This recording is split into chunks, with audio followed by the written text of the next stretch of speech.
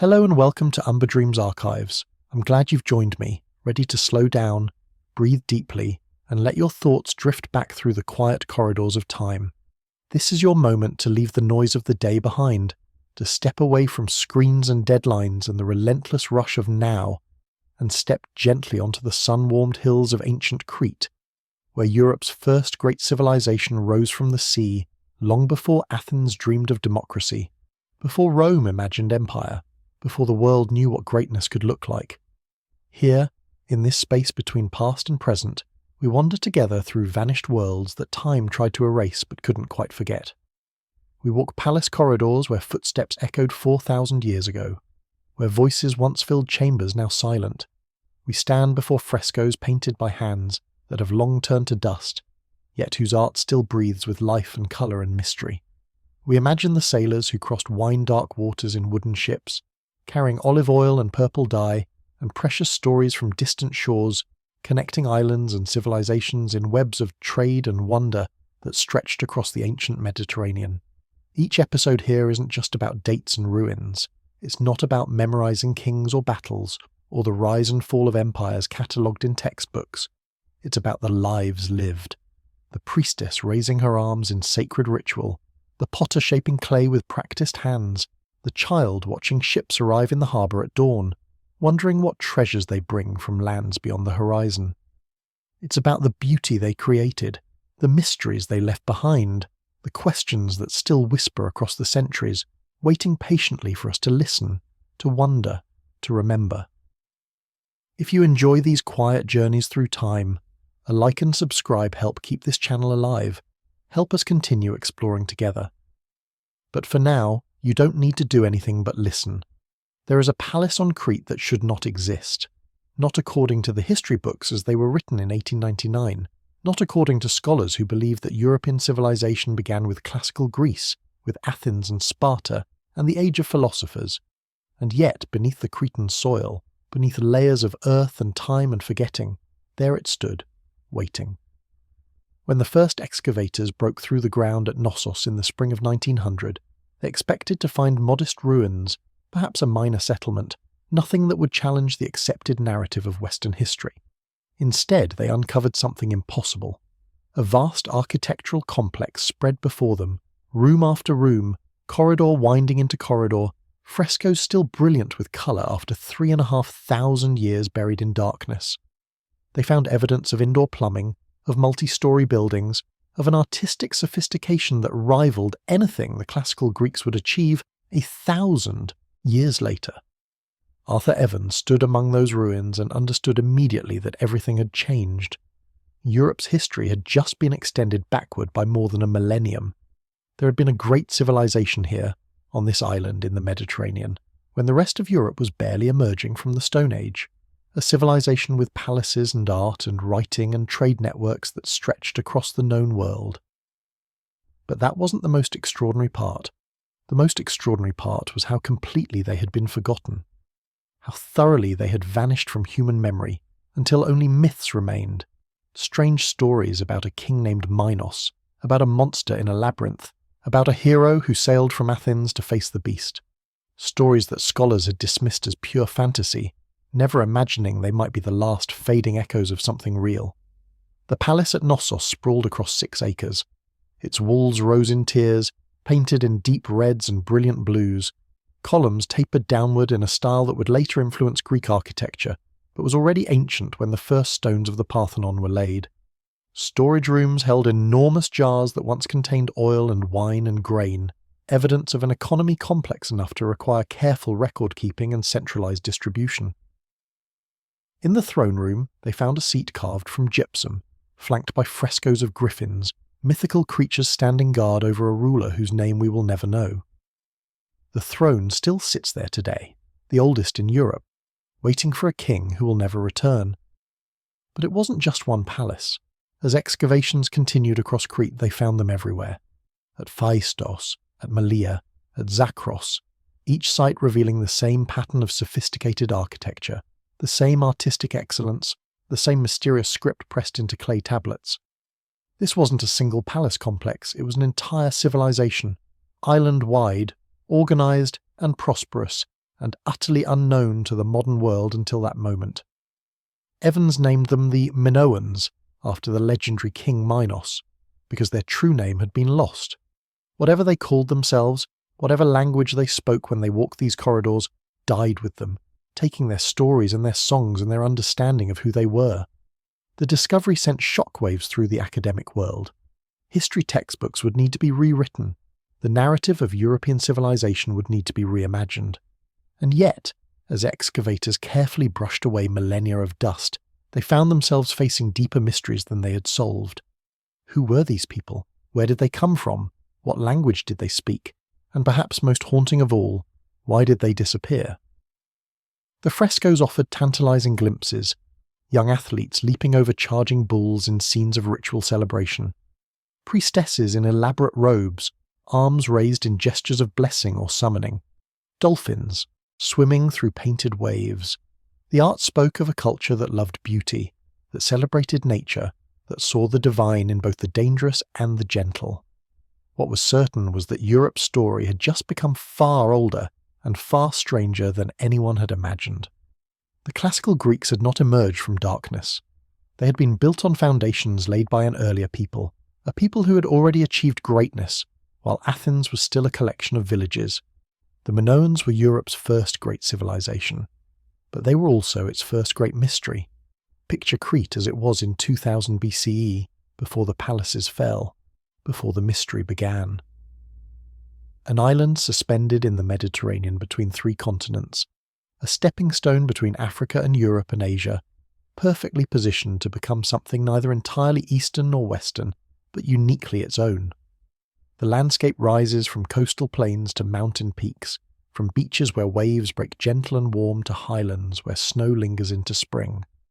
Valleys shelter olive groves and vineyards, caves pierce the limestone hills, dark mouths opening into the island's ancient bones. This is where they built their world. The people we call Minoans, though that name would have meant nothing to them. They would have called themselves something else, in a language we cannot speak, writing in a script we cannot fully read. But we can see what they built. We can trace the outlines of their lives in the objects they left behind, in the foundations of their palaces, in the images they painted on walls that would outlast their civilization by millennia. The island was not empty when they arrived, whenever that was. People had lived on Crete since the Neolithic, farming and fishing and raising children in small settlements scattered across the landscape. But something changed in the 3rd millennium BCE. Population grew, communities became more complex, craft specialization emerged, and then, around 1950 BCE, the palaces began to rise, not all at once, not according to some master plan imposed from above. The palaces seemed to grow organically, each one serving as the center of a region, a hub where farmers brought surplus crops, where craftsmen worked precious materials, where administrators tracked stores of oil and grain on clay tablets. Knossos in the north, largest and most elaborate. Phaistos in the south, commanding views across the Mesera plain. Malea on the eastern coast. Zakros near the island's far edge, facing toward the rising sun and the civilizations of the east. The palaces were not fortresses. This detail matters, this absence. They had no defensive walls, no fortifications, no evidence of the military architecture that would dominate later Greek and Roman building. Either the Minoans felt secure enough not to need them, protected by their island geography and perhaps by their ships, or they had developed a culture where such defences seemed unnecessary. Scholars still debate which interpretation is correct, but the absence itself is undeniable. Instead of walls, they built beauty. Central courtyards opened to the sky. Light wells drew sunshine deep into interior rooms. Workshops and storage areas occupied the ground floors. Above them rose residential quarters and shrines, connected by staircases and corridors, some of which seemed to wind without clear logic, giving rise to later legends of a labyrinth. Around the palaces, towns grew, not cities in the classical sense, not yet, but substantial settlements where people lived in houses with multiple rooms, where children played in streets that wound between buildings, where craftsmen worked in workshops producing pottery and jewellery and textiles for trade. Archaeological surveys suggest Crete's population in this period might have reached 200,000 people, remarkable for the Bronze Age, concentrated enough to support specialised labour but spread across the island in a pattern more decentralized than the great river valley civilizations rising in Egypt and Mesopotamia. The land fed them well. Wheat and barley grew in the valleys. Olive trees produced oil for cooking and lamps and trade. Grapevines yielded wine. Sheep and goats grazed the highlands. The sea offered fish and octopus and the murex shells from which they extracted precious purple dye. Trade brought what the island could not produce: copper from Cyprus, tin for making bronze, luxury goods from Egypt and the Near East. But it was more than subsistence, more than simple survival. The frescoes that covered palace walls depicted a world of leisure and celebration alongside labour. Young people gathering saffron in flowering meadows, processions of gift-bearers moving through painted landscapes, dolphins leaping through stylized waves. These were people who had time for art, resources for beauty, cultural space for ritual and celebration. The religion that held their world together remains mysterious to us, visible only in fragments. They worshipped outdoors at peak sanctuaries built on mountain summits. They venerated caves as sacred spaces where earth opened to reveal mystery. They honoured a goddess, or perhaps several goddesses, female figures prominent in their art in ways that suggest women held significant religious authority. Bulls played a central role, not just in economy but in ritual, their horns stylized into sacred symbols, their strength celebrated in the dangerous sport of bull leaping. And they were not isolated. Minoan pottery appears in excavations across the eastern Mediterranean, from the Nile Delta to the coast of modern Turkey, from Cyprus to the Greek mainland. Egyptian tomb paintings show people the Egyptians called Keftiu, likely Cretans, bringing gifts to Pharaoh's court, their dress and bearing captured in profile on walls that still survive. Trade networks stretched in every direction, carrying Cretan goods outward and bringing foreign influences back to the island. This was their world in its flourishing, before the catastrophe that we will come to, before the palaces burned and the script fell silent. A Bronze Age civilization at the height of its powers, dominating the Aegean through trade and perhaps through tribute, wealthy enough to build palaces, confident enough to leave them unfortified, sophisticated enough to develop writing and complex administration. They could not have known, the people living in those painted corridors, that their civilization would fall so completely that even their name would be forgotten, that future generations would walk over their ruins without knowing what lay beneath, that their language would become a mystery, their script undeciphered, their very existence denied by scholars who could not imagine that Europe's story began anywhere but Greece. But that knowledge, mercifully, was hidden from them. They lived their lives in a world that seemed permanent, building palaces that seemed eternal, writing records they expected future generations to read. The sea glittered beyond the palace walls. The mountains rose purple against the evening sky. Children grew to adulthood learning trades and rituals. The great jars in the storage rooms filled each harvest and emptied through the year, and filled again. The rhythm of seasons, of planting and harvest, of ritual celebrations marking the year's turning. This was Crete before the world changed. This was the setting for Europe's first civilization and for the mystery of its end. Arthur Evans was not looking for a civilization when he first came to Crete. He was looking for something much smaller, a collector's curiosity that would lead to one of archaeology's greatest discoveries. In the 1890s, Evans was already established as a scholar, a keeper of antiquities at Oxford's Ashmolean Museum, a man with means and connections and an obsessive attention to detail that would serve him well in what was to come. He had become fascinated by ancient seals, small carved stones showing figures and symbols, some of which were appearing in Athens' antiquities markets with whispered provenances from Crete. But it was the symbols that caught his attention. Tiny marks that looked like writing, script unlike anything Greek or Egyptian, suggesting a writing system unknown to modern scholarship. Evans believed these seals were evidence of a pre-Greek civilization, a controversial position in an academic world that considered Greek culture the foundation of European history, the beginning of everything that mattered. His colleagues were skeptical. The classical Greeks themselves had written nothing about an earlier Aegean civilization. Surely if such a culture had existed, Homer would have mentioned it, historians would have recorded it, memory would have preserved some trace.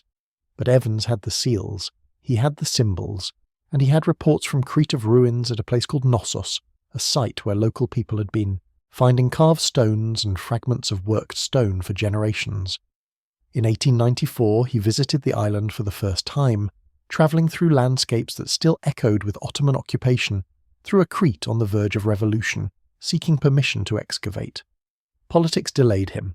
Crete was struggling for independence from the Ottoman Empire, a struggle that made archaeological permits difficult to obtain, foreign excavations unwelcome complications in a time of nationalist awakening.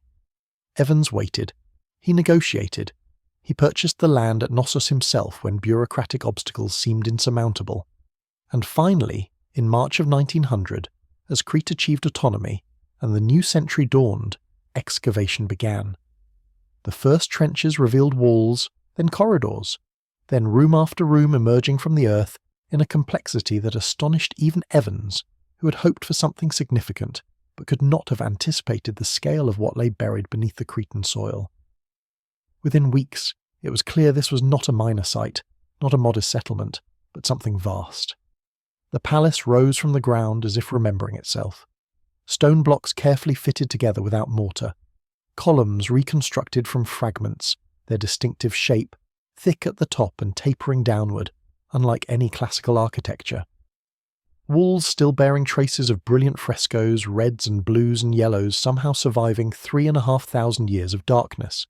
Storage magazines with enormous clay jars, pithoi, some taller than a man, sunk into the floor to keep their contents cool. Evans hired a local crew, dozens of men with picks and shovels and brushes, carefully removing the accumulated earth of millennia. The work was meticulous. Each artifact had to be documented, photographed, catalogued. Each fresco fragment had to be stabilized to prevent further deterioration. Each architectural feature had to be measured and drawn. The palace was revealing itself, but it was fragile, damaged by earthquakes and time, requiring constant intervention to preserve what excavation exposed. And the discoveries kept coming. A throne room with benches along the walls and a gypsum seat that Evans immediately recognized as a throne, flanked by frescoes of griffins. Staircases that suggested multiple stories, upper floors that had collapsed but left traces in the architectural evidence, a grand staircase with broad steps and light wells, engineering that showed sophisticated understanding of both aesthetics and function. The pottery amazed him. Not crude vessels, but pieces of genuine artistry, some showing extraordinary skill in their execution.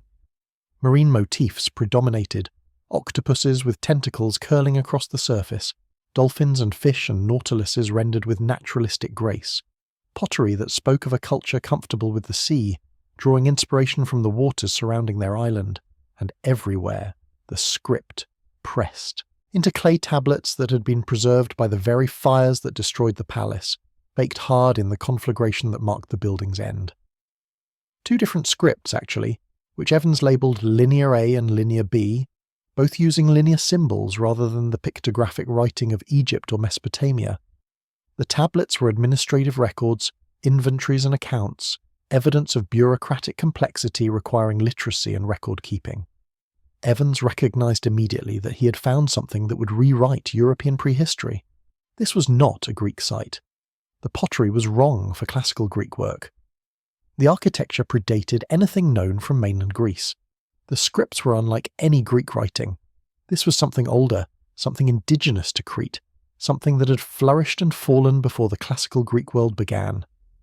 He worked at Knossos for the next 3 decades, returning each season to continue excavation, to restore and reconstruct, sometimes controversially, making decisions about which walls to rebuild, which columns to re-erect, which frescoes to reconstruct from fragments. Modern archaeologists criticize some of his restorations as too speculative, too willing to fill gaps with imagination rather than leaving evidence incomplete. But Evans was trying to make the palace comprehensible, to help visitors understand the space as a functioning building rather than a confusing ruin. News of the discovery spread through the archaeological world. Other excavators came to Crete, opening trenches at other sites. At Phaistos, an Italian team uncovered another palace with its own grand courtyard and sophisticated architecture. At Malea, French archaeologists found yet another palace complex. The pattern was unmistakable. This was not an isolated phenomenon but an entire civilization, distributed across the island in a network of palace centres, Evans named them Minoans after the legendary King Minos, a name that stuck despite its mythological associations, despite the fact that the people themselves had left no indication of what they called their culture or their rulers. The name was a placeholder, but it served, giving scholars something to call this newly discovered civilization that had emerged so suddenly from the earth. The implications were staggering. European civilization did not begin with Greece. It began earlier, on this island, with these palace builders who had writing and art and complex administration, when the rest of Europe was still in the Bronze Age. The Minoans were Europe's first literate culture, Europe's first palace civilization, Europe's first complex society. But discovery raised as many questions as it answered. Who were these people? Where had they come from? What language did they speak? How were they organized politically? And the question that would haunt Evans and every scholar who followed, why did they disappear? What happened to this sophisticated civilization that left such magnificent ruins but no descendants, no continuous cultural tradition, no living memory? The palace at Knossos stood partially reconstructed, columns bright with Evans' restorations, walls rebuilt to suggest their original height. Visitors could walk through the throne room, climb the grand staircase, imagine the life that once filled these spaces, but imagination could only go so far. The Minoans themselves remained silent, their voices lost, their script only partially readable, their true story still waiting to be fully understood. The archaeological world did not know what to make of Arthur Evans's claims. When reports from Crete began circulating in academic journals in 1900 and 1901, when photographs showed the vast palace complex emerging from the earth at Knossos, when Evans stood before scholarly societies declaring he had found evidence of a Bronze Age civilization that predated classical Greece, the response split sharply between wonder and deep skepticism. Wonder came from those willing to look at the evidence with fresh eyes. The palace was undeniable. The pottery was extraordinary. The frescoes were unlike anything in the Greek artistic tradition. The script was clearly not Greek. Here was physical proof that European prehistory extended further back than previously imagined, that civilization had roots deeper than Homer, older than the Trojan War, reaching into a time when the very idea of Greece did not yet exist. But skepticism came from those invested in the traditional narrative, and their concerns were not entirely unfounded. Evans was making extraordinary claims. He was asserting the existence of an entire civilization that had left no trace in historical memory, no mention in classical texts beyond vague mythological references to King Minos. How could something so significant have been so completely forgotten? The doubters raised reasonable objections. Perhaps the palace at Knossos was not as old as Evans claimed. Perhaps it was a late Bronze Age structure, contemporary with Mycenaean Greece rather than predating it. Perhaps the script was an early form of Greek rather than a completely different language. Perhaps Evans, in his enthusiasm, was seeing patterns that did not exist, making connections that were not justified by the evidence. Some scholars suggested the palace might have been built by Egyptian colonists or Phoenician traders, foreigners who brought civilization to Crete from outside rather than a native culture developing its own sophisticated society. This theory appealed to those who found it difficult to accept that European civilization could have originated anywhere but the classical Mediterranean or the ancient Near East. Others questioned Evans's methods. His restorations at Knossos were extensive, sometimes speculative. He had reconstructed walls and columns based on fragments and educated guesses. He had filled gaps in frescoes with modern paint, creating complete images from scattered pieces. How much of what visitors saw at Knossos was ancient Minoan, and how much was early 20th century interpretation? The debate played out in academic journals and conference presentations, at dinner parties, and in private correspondence. Evans defended his conclusions with the intensity of a man who knew he was right, who had seen the evidence firsthand, who had spent seasons excavating in Cretan heat and dust. He published detailed reports, photographs, architectural drawings. He invited other scholars to visit the site to see the ruins for themselves, and gradually, as more evidence accumulated, as other palace sites were excavated at Phaistos and Malea, as pottery and artifacts confirmed the patterns Evans had identified, the skeptics began to concede ground. The Minoans were real. They had indeed predated classical Greek civilization. This was not fantasy or archaeological overreach, but genuine discovery. But acceptance of the Minoans' existence did not resolve the deeper questions. The mystery of who they were remained. Evans's interpretation of the evidence was just that, an interpretation, one reading of ambiguous remains. Other scholars proposed alternative understandings. Some saw the Minoans as a peaceful, matriarchal society, pointing to the prominence of female figures in religious art, the absence of fortification walls, the artistic emphasis on nature and celebration rather than warfare and conquest. The Minoans became, in this reading, an ideal civilization, a culture that had achieved sophistication without militarism, prosperity without oppression. Others warned against romanticizing the evidence. The absence of fortification walls might indicate Minoan naval supremacy that made land defences unnecessary, dominance through sea power rather than peaceful coexistence. The prominence of female deities in art did not necessarily indicate female political power in life. The beautiful frescoes might mask social hierarchies and exploitation that left no trace in the archaeological record. The public imagination seized on the discoveries with enthusiasm. Newspaper articles described the palace as proof that the Greek myths had historical basis, that the Minotaur's labyrinth was not pure fantasy, but a memory of something real. Travel writers promoted Crete as a destination where visitors could walk through ruins older than the Parthenon, touch stones handled by Europe's first civilized people. But for scholars, the excitement was tempered by frustration. The Minoans had left so much behind, yet so much remained unknowable. The Linear A script, the older of the two writing systems, could not be deciphered.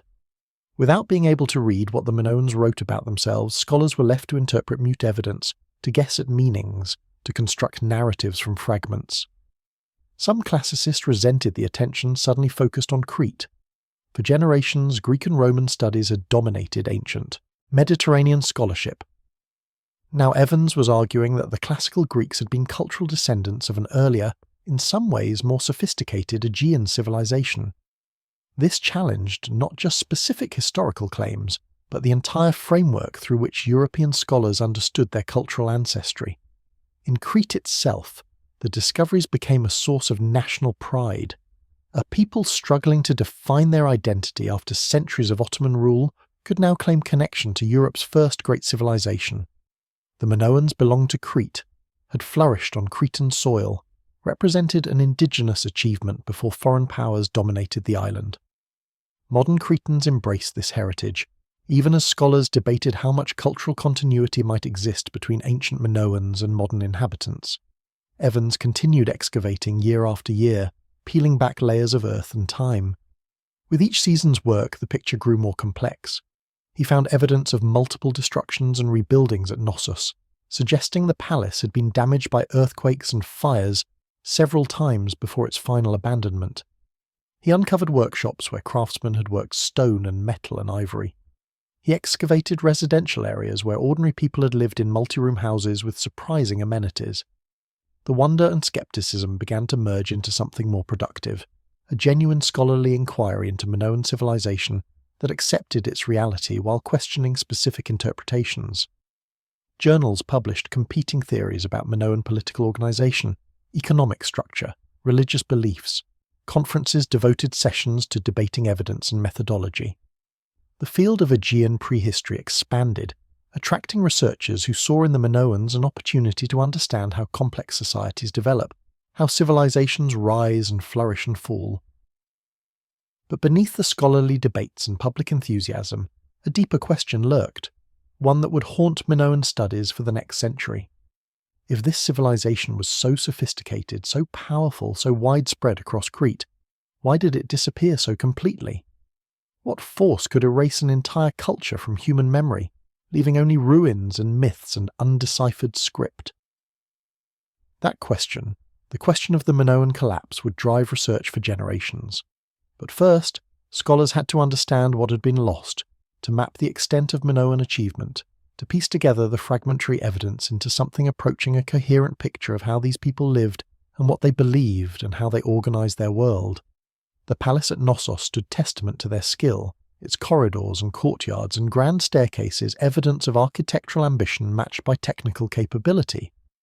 Whether Evans's specific restorations were accurate in every detail, mattered less than the undeniable fact that someone had built something remarkable here 3,500 years ago at the dawn of European civilization. The myths had been there all along, waiting. Stories told for 3,000 years, passed from Greek to Roman to medieval scholar to modern reader, tales everyone assumed were pure fantasy. The monster in the labyrinth. The tribute of Athenian youths. Theseus and his thread and his bloody victory over the Minotaur. King Minos and his palace and his power over the Aegean. Daedalus and his impossible wings. Icarus falling from the sky. Arthur Evans stood in the ruins at Knossos and realized the myths might be memory, distorted by time but rooted in something real. The labyrinth was the most obvious connection. The palace itself, with its hundreds of rooms, its winding corridors, its complex multi-level layout, could easily have seemed labyrinthine to outsiders encountering it for the first time. Ancient Greeks visiting the ruins after the palace fell might have wandered those corridors and imagined them deliberately designed as a maze, a prison for something monstrous, and the bull imagery was everywhere. Frescoes showed young athletes grasping the horns of charging bulls, vaulting over the animals' backs in displays of skill and courage that looked less like sport and more like religious ritual. Massive stone horns, carved from limestone, sat on the palace roof as sacred symbols. Bull skulls appeared in shrine contexts. The animal dominated Minoan religious iconography in ways that demanded explanation. What if the Minotaur, half man and half bull, was not invention but interpretation? What if ancient Greeks, encountering Minoan religious practices they did not understand, had conflated the bull-centered rituals with human participants into a single monstrous figure? The tribute of youths sent from Athens to Crete might have been memory of actual tribute, young people sent to participate in bull-leaping ceremonies, dangerous performances where some might not have survived. Evans proposed this connection cautiously at first, aware of the dangers of reading myths too literally. But the resonances were difficult to ignore. Minos was, according to Greek legend, a great king who ruled the sea from his Cretan palace. The Minoans, the archaeological evidence suggested, had indeed been a maritime power, dominant in the Aegean during the Bronze Age. The myths placed Minos generations before the Trojan War, which aligns roughly with the chronology of Minoan civilization's peak and decline. Even the name Minos might not be a personal name but a title, a word for king in the Minoan language, which would explain why Greek mythology sometimes seems to describe multiple kings called Minos, spanning generations. If Minos meant king, then every ruler at Knossos would have been Minos, and the legends could be composite memories of several rulers collapsed into a single figure. Daedalus, the legendary craftsman who built the labyrinth and then fashioned wings to escape it, might represent memory of Minoan, architectural and engineering skill. The palace at Knossos required sophisticated construction techniques, understanding of stress and support, ability to design multi-story buildings with grand staircases and light wells and drainage systems. The Greeks, looking back at ruins they could not explain, might have attributed them to a legendary craftsman rather than to an entire civilization. But mythology was not history, and Evans was careful not to claim too much. The correspondences between myth and archaeology were suggestive, not definitive. They hinted at possible connections but proved nothing concrete. Scholars could spend lifetimes debating whether specific details in Greek legends reflected actual Minoan practices or were later inventions with no historical basis. What the myths did do was provide a framework for public imagination. When newspapers reported on the excavations at Knossos, they could reference the Minotaur, giving readers a familiar hook into an unfamiliar subject. When Evans published his findings, he could title sections with mythological references. Knowing these names would resonate with educated audiences who had studied classical literature but knew nothing of Bronze Age archaeology. The contradiction was that the myths simultaneously illuminated and obscured the Minoans. They offered tantalizing hints of what might have been real, associations between legendary events and archaeological evidence that suggested memory preserved through oral tradition. But they also imposed Greek interpretations on Minoan culture, filtering an indigenous civilization through the lens of later conquerors, presenting Minoan achievements as Greek prehistory rather than as something independent. The palace frescoes showed a culture the myths had not prepared Evans to find. The Minoans depicted in their own art were elegant, sophisticated, dressed in elaborate clothing, participating in ceremonies that combined religious devotion with aesthetic celebration. The women wore long tiered skirts and tops that left their breasts bare in a style that shocked early 20th century sensibilities. The men wore kilts and jewellery and elaborate hairstyles. These were not the primitive barbarians Greek mythology might have implied, not backward islanders grateful for civilizing influence from the mainland. These were people confident in their own cultural achievements, recording their world with artistry that rivaled anything classical Greece would later produce. And there was no hint of the monstrous in Minoan self-representation. No hybrid creatures, no terrifying beasts, just bulls and dolphins and flowers and human figures engaged in ritual and celebration. If there was a Minotaur, it existed only in Greek interpretation, not in Minoan reality. The archaeological evidence suggested a more complex relationship between Crete and mainland Greece than the myths acknowledged. Early Minoan civilization clearly preceded Mycenaean Greek culture.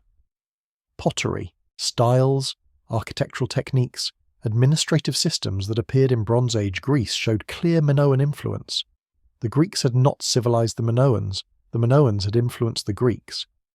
But the myths were written by Greeks, long after Minoan civilization had fallen, and they naturally presented the story from a Greek perspective.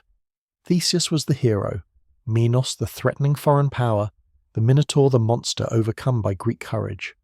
The myths served Greek cultural needs, explaining why Athens became powerful, how Greek heroes proved their worth, why the older Cretan civilization eventually yielded to mainland dominance. Evans had to navigate carefully between these contradictions. He wanted to use the myths to help people understand the significance of his discoveries, but he did not want to limit Minoan civilization to Greek interpretations. The challenge was to acknowledge the possible historical kernels in mythology, while insisting that the Minoans were more than just the background to Greek legends. Visitors to the excavated palace could see both the reality and the myth. The throne room was real, stone seat and griffin frescoes preserved through millennia. But was this where Minos sat? Probably not, or at least not the Minos of legend. The bull-leaping frescoes were real, showing actual practice that ancient Cretans performed. But was this the origin of the Minotaur myth? Possibly, but ultimately unprovable. The contradiction between legends and reality would never be fully resolved. The myths offered story where archaeology offered fragments. The legends provided names and motivations and dramatic conflicts where excavation uncovered only pottery and walls and undeciphered tablets. Both were true in their own ways, the myths as cultural memory and the archaeology as physical evidence, but they describe different things, one telling how Greeks remembered Crete and the other revealing what Crete actually was. Evans chose to let them coexist, the legendary and the real, acknowledging connections while insisting on distinctions. The palace at Knossos was magnificent enough without needing to be the Minotaur's prison. Minoan civilization was significant enough without requiring validation from Greek mythology. But the stories, those ancient tales of bulls and labyrinths and kings who commanded the sea, added another layer of meaning to the ruins, connecting them to the living tradition of Western literature, even as archaeology revealed how much that tradition had misunderstood or forgotten. The Minoans were real, that much was settled, but almost everything else became grounds for scholarly warfare. Within a decade of Evans' initial discoveries, competing theories emerged about virtually every aspect of Minoan civilization. Who governed? How were the palaces organized? What did the Minoans believe? Were they warriors or merchants or priest-kings? Each scholar constructed interpretations based on the same evidence, yet reached radically different conclusions. Evans himself favoured a particular vision, one that would shape and arguably distort Minoan studies for generations. He saw the palaces as centres of theocratic authority, governed by priest-kings who combined religious and political power. The throne room at Knossos, with its carved seat flanked by religious imagery, suggested to him a ruler whose authority came from divine sanction, a king who was also high priest, mediating between the human and sacred realms. The prominence of female figures in religious art led Evans to propose that women held significant religious authority, possibly as high priestesses serving a mother goddess. The frescoes showed women conducting rituals, receiving offerings, their clothing and postures suggesting elevated status. Evans imagined a society where religious life, and possibly political power, centred on female deities and their female servants. But other scholars challenged this interpretation immediately. The University of Pennsylvania's excavations at other sites suggested more decentralized authority. Perhaps Crete was not unified under a single ruler, but divided into competing regional powers, each palace controlling its territory independently. The absence of fortification walls might indicate not peace, but balance of power, multiple centres too evenly matched for any to dominate the others. The economic interpretation gained followers among scholars who saw the palaces primarily as administrative centres for redistributing agricultural surplus. The vast storage magazines at Knossos, capable of holding tons of grain and oil, suggested centralised collection and distribution. The Linear B tablets, when they were finally deciphered decades later, proved to be mostly economic records, inventories and accounts, rather than religious texts or royal chronicles. Perhaps Minoan society was organised around practical management of resources rather than religious authority or political domination. Maritime archaeologists proposed yet another model, arguing that Minoan power rested on control of sea trade. The pottery found across the eastern Mediterranean testified to extensive commercial networks. Minoan ships carried goods from Crete to Egypt, to Cyprus, to the Levantine coast, bringing back luxury materials and foreign products. Perhaps the palace rulers were merchant princes, their wealth and authority derived from controlling trade routes rather than agricultural land or religious institutions. The debate over Minoan warfare became particularly contentious. Evans's emphasis on the unfortified palaces led him to describe the Minoans as essentially peaceful, a civilization that achieved greatness through culture and trade rather than military conquest. This vision appealed to a post-World War I European intellectual climate, hungry for alternatives to militaristic nationalism. But skeptics pointed out that absence of fortification walls did not prove absence of military capability. The Minoans might have been powerful enough to project force through their navy, rendering land defences unnecessary. The palaces might have been unfortified because no enemy could reach them, protected by ships rather than walls. Some frescoes showed warriors carrying weapons. Bronze swords and daggers were found in elite burials. The Minoans clearly possessed military technology, even if the archaeological evidence did not reveal how extensively they used it. Gender and social organisation sparked intense debate. How should scholars interpret the bare-breasted women in Minoan art? Some saw evidence of sexual freedom, a society comfortable with the human body in ways that later Mediterranean cultures were not. Others warned against imposing modern values on ancient images, noting that ritual contexts might have different social meanings than everyday life. The prominent female figures might be goddesses or priestesses, rather than evidence about women's general social status.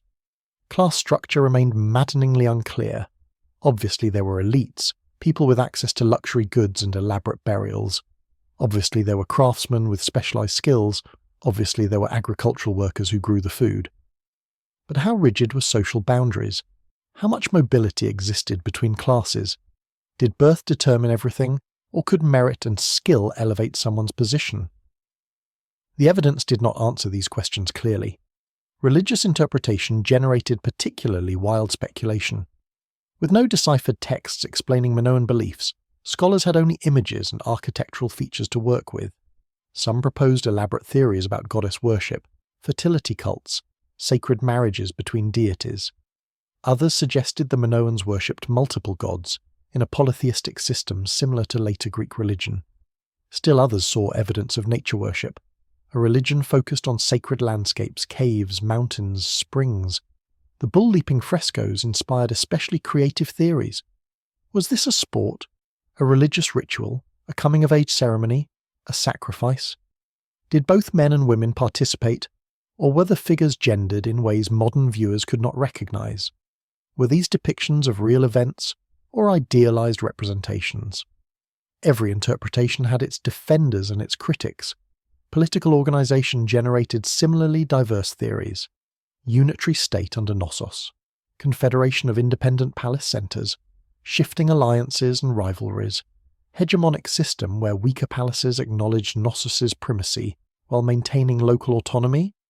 Each model could be supported by selective reading of the evidence. None could be definitively proven.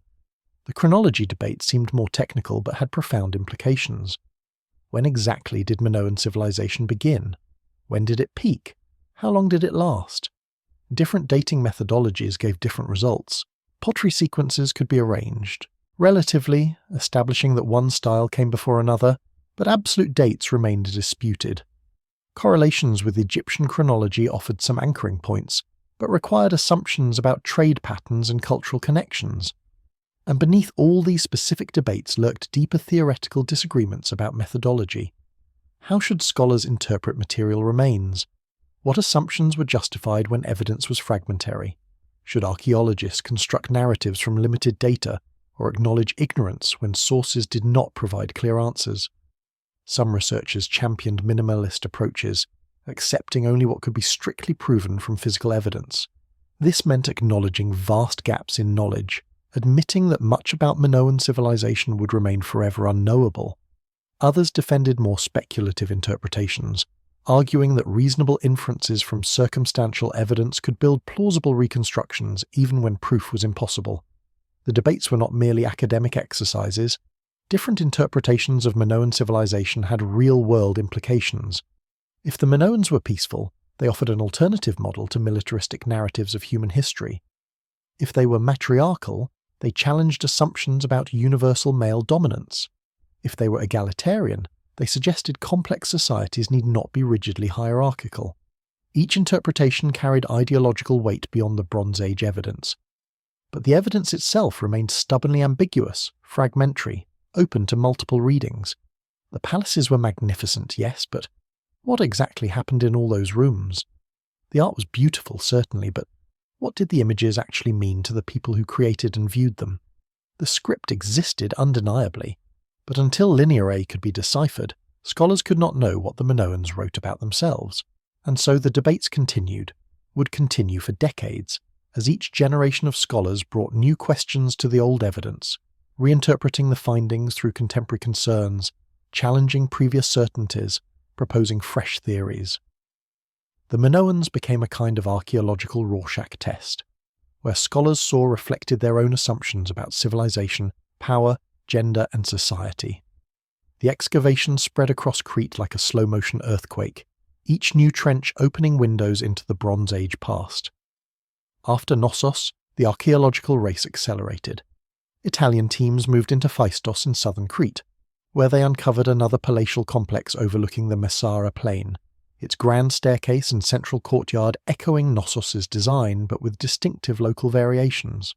French archaeologists established themselves at Malea on the north coast, revealing a third major palace. Greek scholars excavated at Zakros on the eastern edge of the island, finding yet another administrative centre, this one particularly, well preserved because it had been violently destroyed and never reoccupied. But the investigation went beyond palaces. Scholars began surveying the island systematically, mapping settlements, exploring caves used as sacred sites, examining rural areas to understand agricultural practices and population distribution. The picture that emerged was of a densely populated island covered with towns and villages, all connected in some fashion to the palace centres, creating an integrated economic and cultural system. Small-scale excavations at harbour towns revealed the maritime infrastructure underlying Minoan prosperity. Warehouses near the coast stored goods for export. Workshops processed imported raw materials. Evidence of shipbuilding appeared in form of bronze tools and timber working areas. The Minoans had not just sailed the Mediterranean, they had created sophisticated port facilities to support their trading networks. Archaeological methods were improving even as the excavations proceeded. Stratigraphic analysis, the careful recording of soil layers, allowed researchers to establish chronological sequences, determining which artifacts and structures were older than others. Pottery analysis became increasingly sophisticated, with scholars learning to distinguish between periods and regional styles, using ceramic evidence to date contexts and trace trade connections. The investigation of Minoan burial practices revealed social complexities not immediately visible in palace architecture. Some burials were simple, bodies placed in clay jars or cist graves with minimal offerings. Others were elaborate, chamber tombs cut into hillsides containing multiple burials over generations, accompanied by jewellery, weapons, pottery, suggesting family wealth maintained across time. The variety implied social stratification, hierarchies of status and resource access. Excavation techniques evolved through necessity. Early archaeologists had sometimes been cavalier about context, focused on finding spectacular artifacts rather than recording the careful details of where and how objects were discovered. But as Minoan studies matured, researchers recognized that context mattered as much as the objects themselves. A pottery vessel found in a storage room meant something different from the same vessel found in a shrine or a grave. Scholars began excavating with specific research questions rather than simply uncovering ruins. How did Minoan agriculture function? What crops were grown? What animals were raised? Careful collection and analysis of plant remains, animal bones, provided answers. The Minoans cultivated wheat, barley, legumes, grapes, olives. They raised sheep, goats, pigs, cattle. They harvested marine resources from the surrounding seas. Their diet was diverse, their agricultural practices sophisticated. The investigation of craft production revealed specialized workshops within palace complexes and in separate buildings. Stone vessels were carved from soft stones like serpentine and alabaster, their thin walls and elegant shapes requiring remarkable skill. Bronze metalworking produced weapons, tools, vessels, jewellery. Evidence of ivory carving, faience manufacture, textile production painted a picture of diverse crafts, some producing luxury goods for elite consumption, others making everyday items. Religious sites beyond the palaces demanded attention. Peak sanctuaries, small shrines built on mountaintops, showed that Minoans worshipped at dramatic natural locations where earth met sky. Sacred caves, some with evidence of use spanning millennia, suggested that certain places held enduring spiritual significance. These sites yielded offerings, votive figurines, pottery, ash from fires, the material traces of ritual actions whose meanings remained mysterious. Linear tablets found at various sites proved frustratingly similar in appearance to Linear B, but utterly different in content. The signs looked comparable, suggesting the two scripts were related, but the language beneath Linear A was not Greek. It was something else, something scholars could not decipher despite decades of effort. The tablets tantalizing sat in museum collections, holding information about Minoan administration, religion, language that remained locked behind linguistic barriers. Frescoes required particular investigative care. Many had been damaged by time, earthquakes, fires, their fragments scattered and mixed with other debris. Conservators learned to distinguish between ancient plaster and modern contamination, between original pigments and later accretions. Reconstruction of frescoes became an art form itself, piecing together fragmentary scenes like three-dimensional jigsaw puzzles, sometimes successfully, sometimes producing interpretations later scholars would challenge. International collaboration increased as the investigation matured. British, French, Italian, Greek, American, German scholars brought different perspectives and methodologies to Minoan archaeology. Conferences provided forums for debating interpretations. Publications shared findings across linguistic and national boundaries. The Minoans became an international research project, too large and complex for any single excavator or institution to monopolize. Scientific techniques began supplementing traditional archaeological methods. Radiocarbon dating, developed in the 1940s, offered a new way to establish chronology, measuring radioactive carbon decay in organic materials to determine their age. Though the technique had limitations, particularly for the Bronze Age time periods where calibration was difficult, it provided independent checks on dates established through pottery sequences and Egyptian correlations.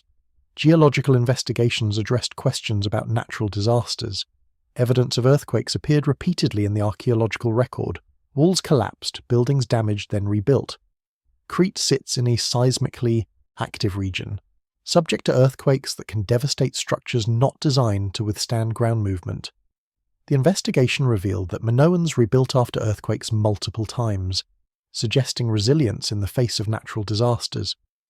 But one disaster loomed larger than earthquakes in scholarly attention: the eruption of Thera. On the island of Santorini, north of Crete, archaeologists had discovered a Bronze Age settlement buried under volcanic ash, frozen in time like Pompeii. The eruption that destroyed this settlement was massive, one of the largest volcanic events in human history. Could this eruption have affected Crete? Could it have damaged Minoan civilization? The investigation of the Thera connection became its own subfield. Volcanic ash appeared in some Cretan contexts, proving the eruption's effects reached the island. But how severely? Did ashfall devastate agriculture? Did tsunamis hit coastal settlements? Did the eruption trigger Minoan decline? Evidence was debated, interpretations conflicted, but the possibility that volcanic catastrophe played a role in Minoan collapse could not be dismissed. As the decades passed, the investigation became increasingly multidisciplinary. Archaeologists worked with geologists, climatologists, botanists, zoologists, each discipline contributing specialized knowledge. DNA analysis of skeletal remains offered genetic information about Minoan populations. Isotopic analysis of teeth revealed where individuals had spent their childhoods. Chemical analysis of pottery determined where clay sources originated. The investigation was incomplete, would always be incomplete. Much had been lost, destroyed by time, earthquakes, erosion, looting. Much remained buried, waiting for future excavators with better tools and methods. Much could never be recovered. The perishable materials, wood, textiles, leather, decomposed millennia ago, leaving only gaps in the archaeological record. But what had been pieced together transformed understanding of European prehistory. The investigation proved that civilization in Europe did not begin with classical Greece but centuries earlier, on an island in the Mediterranean, where people built palaces and created art and developed writing when the rest of Europe was still emerging from the Stone Age. What remains after 3,000 years are fragments, but what fragments they are. The pottery alone could fill museums, thousands of vessels in shapes both functional and ceremonial, decorated with images that reveal how Minoans saw their world. Early pottery was relatively simple, geometric patterns painted in dark on light backgrounds. But as the civilization matured, the artistry evolved into something remarkable. Marine-style pottery showed octopuses spreading their tentacles across vessel surfaces, dolphins leaping through stylized waves, fish swimming among coral and seaweed. The naturalism was extraordinary, the artists clearly observing and loving the sea, creatures that surrounded their island. These were not generic or symbolic representations, but detailed depictions showing species identification, anatomical knowledge, aesthetic appreciation. Floral motifs appeared equally sophisticated. Lilies, crocuses, papyrus plants covered vases and jugs and large storage vessels. Sometimes the plants were rendered realistically, sometimes stylized into decorative patterns. The best examples showed individual flowers with stamens and petals carefully delineated, demonstrating both botanical knowledge and artistic skill. The palace-style pottery represented perhaps the highest achievement, elegant vessels with elaborate decoration combining floral and marine elements, often incorporating religious symbols like the double axe or sacred knots. These pieces were clearly special items, made for elite use or religious ceremony, their creation requiring time and expertise beyond everyday pottery production. But pottery was only the beginning. The frescoes that survived, despite their fragmentary state, offered unprecedented glimpses into Minoan life. The bull-leaping fresco from Knossos remained among the most famous, showing young athletes grasping a charging bull's horns and vaulting over its back in a display of courage and skill. The scene conveyed motion and danger, the bull's power and the human's daring. Some figures appeared male, others female, their participation in this dangerous activity suggesting gender roles different from later Mediterranean societies. The Prince of the Lilies fresco showed a male figure striding through a field of flowers, wearing an elaborate crown or headdress, his body painted red in the convention used for male figures. The image exuded confidence and grace, suggesting Minoan ideals of beauty and aristocratic bearing. The Parisienne, a fragmentary fresco of a female face in profile, displayed the sophisticated artistic technique Minoan painters achieved. The figure's eye was rendered with remarkable detail, her lips carefully shaped, her elaborate hairstyle suggesting hours of preparation. She wore what appeared to be ceremonial dress, her exposed breast following the distinctive Minoan female costume style, visible in multiple artworks. The miniature frescoes offered narrative scenes on a smaller scale, showing processions, architectural settings, crowds of people engaged in what might be religious festivals or public ceremonies. These images provided contextual information about Minoan life, how people gathered, how they dressed, how they organized collective activities. Stone vessels represented another category of evidence, carved from soft stones into shapes ranging from simple bowls to elaborate ritual containers. The harvester vase showed a procession of workers, their faces individualized, some singing, carrying agricultural tools, celebrating what appeared to be harvest completion. The relief carving demonstrated technical mastery and artistic observation of human expression. The chieftain cup depicted a younger male figure presenting a staff to an older male figure, possibly a ceremonial exchange representing political or military authority transfer. The scene was ambiguous enough that scholars debated its exact meaning, but the artistry was indisputable. Metal artifacts, though rarer because bronze could be melted and reused, included weapons and tools of remarkable quality. Swords with decorative hilts, daggers with inlaid scenes, bronze double axes both functional and ceremonial. The metalworking expertise evident in these objects indicated specialized craft knowledge passed down through generations of artisans. Gold jewelry from elite burials showcased sophisticated techniques, granulation and filigree work creating intricate patterns. Pendants shaped like bees, butterflies, flowers demonstrated both technical skill and artistic imagination. These were not crude ornaments but refined luxury goods requiring hours of concentrated labour. Seal stones, the objects that first drew Arthur Evans to Crete, numbered in the thousands. Carved in semi-precious stones like amethyst, carnelian, agate, they showed animals, humans, religious symbols, boats, architectural elements. Used to mark clay ceilings on documents and containers, they served administrative functions but also displayed artistic creativity within the constraint of tiny carved surfaces. The Linear A and Linear B tablets provided evidence of bureaucratic complexity. Though Linear A remained undeciphered, its existence proved the Minoans had developed writing systems for record-keeping. The tablets recorded economic information, inventories of goods, lists of personnel, demonstrating organized administration required by a complex society. Architectural evidence itself constituted a primary source of information. The palace's sophisticated design, with their grand staircases, light wells, drainage systems, storage facilities, demonstrated engineering knowledge applied to creating functional and aesthetically pleasing spaces. The absence of fortification walls, the presence of elaborate decoration, the scale of public courtyards all conveyed information about Minoan priorities and capabilities. Smaller architectural details mattered too. The distinctive downward tapering columns, painted red with black capitals, represented a design choice different from later classical columns. The use of gypsum for throne and benches indicated access to quality stone and skill in working it. The presence of indoor plumbing and drainage suggested concern for sanitation and comfort. Religious evidence came from multiple sources. Peak sanctuary remains showed offerings left at mountaintop shrines. Cave deposits revealed continued use of natural underground spaces for ritual purposes across centuries. Shrine rooms within palaces contained religious equipment, offering tables, vessels, symbols. But interpreting what these artifacts meant to Minoans remained difficult, without textual evidence explaining beliefs and practices. Human remains, though fewer than might be hoped, provided biological evidence. Skeletal analysis revealed information about health, diet, disease, trauma. The Minoans generally enjoyed good nutrition, their bones showing adequate protein intake, though dental evidence suggested significant carbohydrate consumption. Some skeletons showed evidence of injury, others of disease, the normal range of human experience. Trade goods found across the Mediterranean testified to Minoan commercial reach. Minoan pottery appeared in Egyptian sites, in settlements along the Levantine coast, on Cyprus, in coastal Turkey. Reciprocally, Egyptian scarabs, Near Eastern cylinder seals, foreign pottery styles appeared in Cretan contexts. The network of exchange stretched across the sea, connecting Crete to the great civilizations of the Bronze Age world. But what was missing mattered as much as what survived.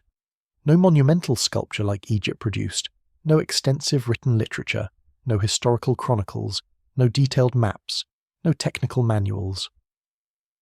The gaps in evidence meant large aspects of Minoan life remained unknowable.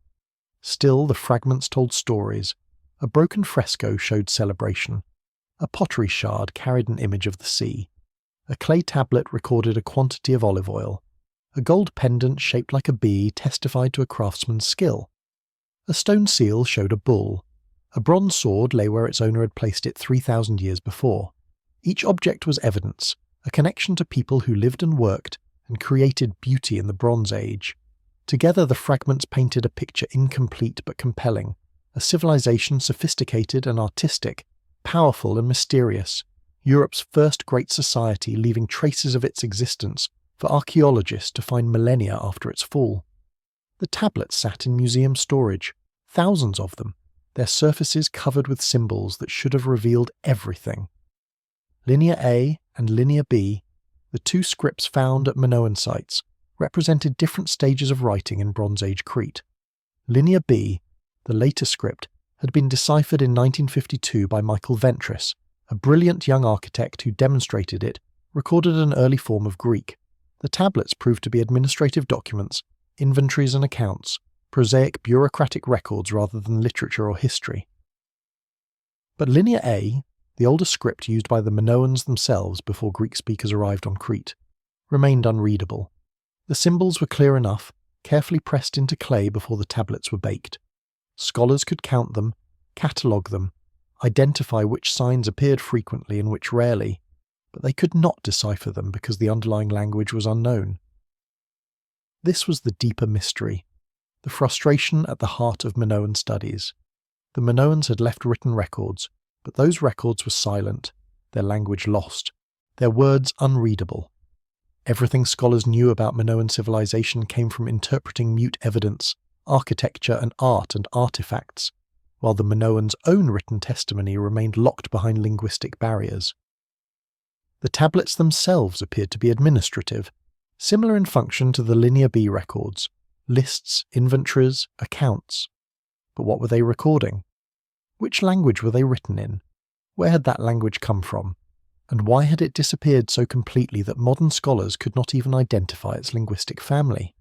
Some researchers proposed that Linear A recorded a language related to Anatolian tongues spoken in Bronze Age Turkey. Others suggested connections to pre-Greek languages that might have existed across the Aegean before Indo-European speakers arrived. Still others argued the language might have been isolated, unrelated to any known linguistic family, a unique development on Crete with no surviving descendants. Each theory had its advocates and its problems. None could be proven without a bilingual text, a Rosetta Stone for Linear A, and no such text had been found. The script remained tantalizingly visible but fundamentally incomprehensible, present in the archaeological record yet absent from human knowledge. But the mystery extended beyond language. Why did Minoan civilization leave so little written literature? The tablets that survived were all administrative, concerning mundane matters of palace economy. Where were the religious texts, the historical chronicles, the epic poetry, the myths and legends that every literate civilization produces? Several explanations presented themselves, none entirely satisfying. Perhaps religious texts were written on perishable materials like papyrus or leather that decomposed entirely. Perhaps Minoan culture transmitted important knowledge orally rather than committing it to writing. Perhaps the administrative tablets survived only because they were baked in fires that destroyed the palaces, while other texts on unfired clay simply dissolved back into soil. Or perhaps the Minoans did not develop literature as other civilizations understood it. Perhaps their writing remained primarily utilitarian, a tool for economic management rather than a medium for preserving stories or expressing religious beliefs or recording history. If so, that represented a choice about what writing was for, different from the choice made by Egyptians or Mesopotamians, who used writing for multiple purposes. The religious mysteries deepened with every excavation. Scholars could identify religious spaces, shrines within palaces, peak sanctuaries on mountains, sacred caves. They could recognize religious objects, double axes, sacral knots, horns of consecration. They could see religious imagery in frescoes and seal stones, but they could not know what the Minoans believed. Who were the deities? A single great goddess, or multiple goddesses? Male gods alongside female ones, or a pantheon dominated by female divinities? Nature spirits inhabiting specific locations? Ancestors venerated alongside gods? The art showed female figures in context suggesting divinity or priesthood, but distinguishing between goddesses and their human servants proved impossible without textual identification. What rituals were performed? The bull-leaping scenes suggested ceremonies involving dangerous interaction with powerful animals, but were these sacrifices or athletic competitions or initiations or something else entirely? The procession frescoes showed people bringing offerings, But to whom and for what purpose? The peak sanctuary evidence indicated mountain worship, but what did worshippers seek there? The absence of fortification walls raised its own set of mysteries. Was this because Minoan naval power made land defences unnecessary, or because Crete was unified under strong central authority that eliminated internal conflict? Or because Minoan culture genuinely avoided militarism, developing a civilization based on trade and cultural influence rather than conquest? The evidence could support multiple interpretations. Some weapons existed in the archaeological record, but not in quantities suggesting a heavily militarized society. Some artistic depictions showed warriors, but far fewer than showed religious ceremonies or nature scenes. The palaces functioned as administrative centres, but showed no obvious defensive architecture. Perhaps the most profound mystery was why Minoan civilization fell so completely. Not just collapsed, many civilizations have collapsed, but disappeared so thoroughly that even their name was forgotten, their language lost, their achievements attributed to later Greeks or dismissed as legend. The destructions visible in the archaeological record came in waves. Around 1700 BCE, the palaces were damaged, possibly by earthquakes, then rebuilt. Around 1600 BCE, catastrophe struck again, this time more severe. Many sites were destroyed and not rebuilt, but some settlements continued, and at Knossos, palace life persisted, though Linear B tablets suggest Greek speakers now controlled the site. What caused these destructions?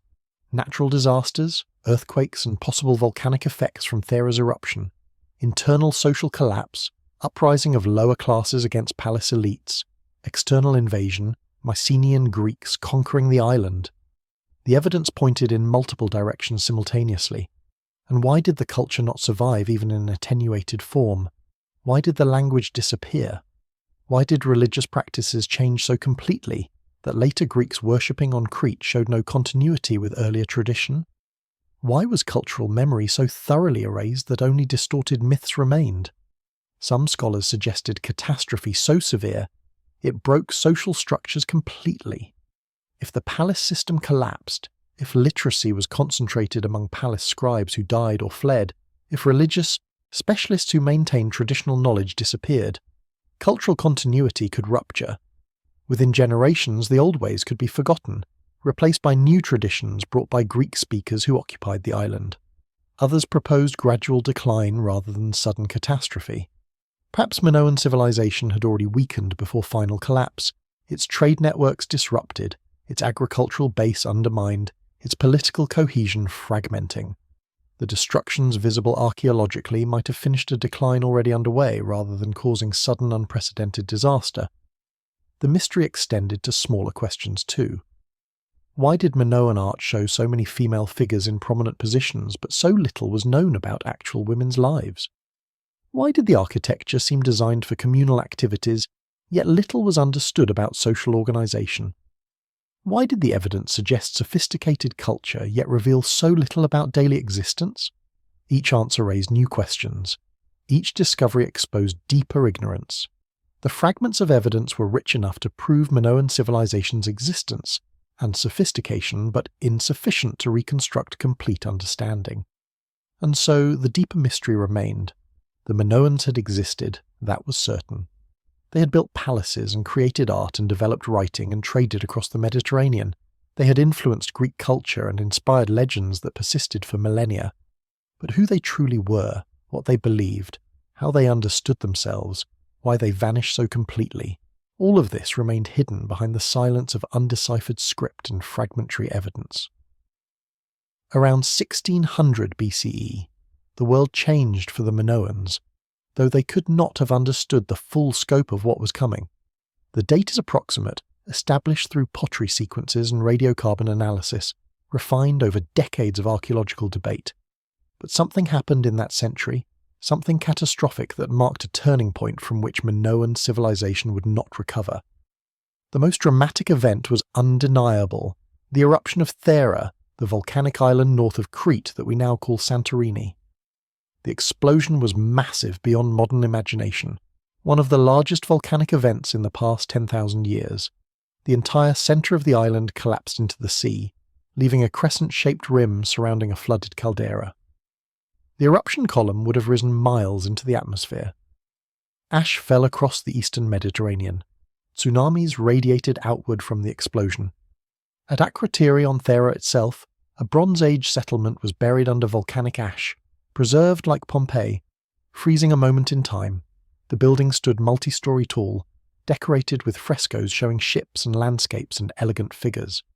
The pottery was Minoan in style, suggesting Thera was within the Minoan cultural sphere, possibly a colony or trading partner. When the eruption came, the inhabitants fled, leaving behind their possessions, their homes, their lives. How did the eruption affect Crete? The question has consumed researchers for generations. Thera lies roughly 70 miles north of Crete's northern coast. Volcanic ash from such an eruption would certainly have reached the island. Did it fall thick enough to devastate agriculture? Did tsunamis generated by the caldera collapse strike coastal settlements with destructive force? The evidence is frustratingly mixed. Some volcanic ash appears in Cretan archaeological contexts, but not everywhere, and not in quantities suggesting burial of entire regions. Coastal settlements show destruction around this time, but distinguishing between tsunami damage and other causes like earthquakes or warfare is difficult. The chronology itself is debated, with some researchers arguing the eruption and Cretan palace destructions did not precisely coincide. But whether the volcanic eruption directly destroyed Minoan civilization or not, something fundamental changed around 1600 BCE.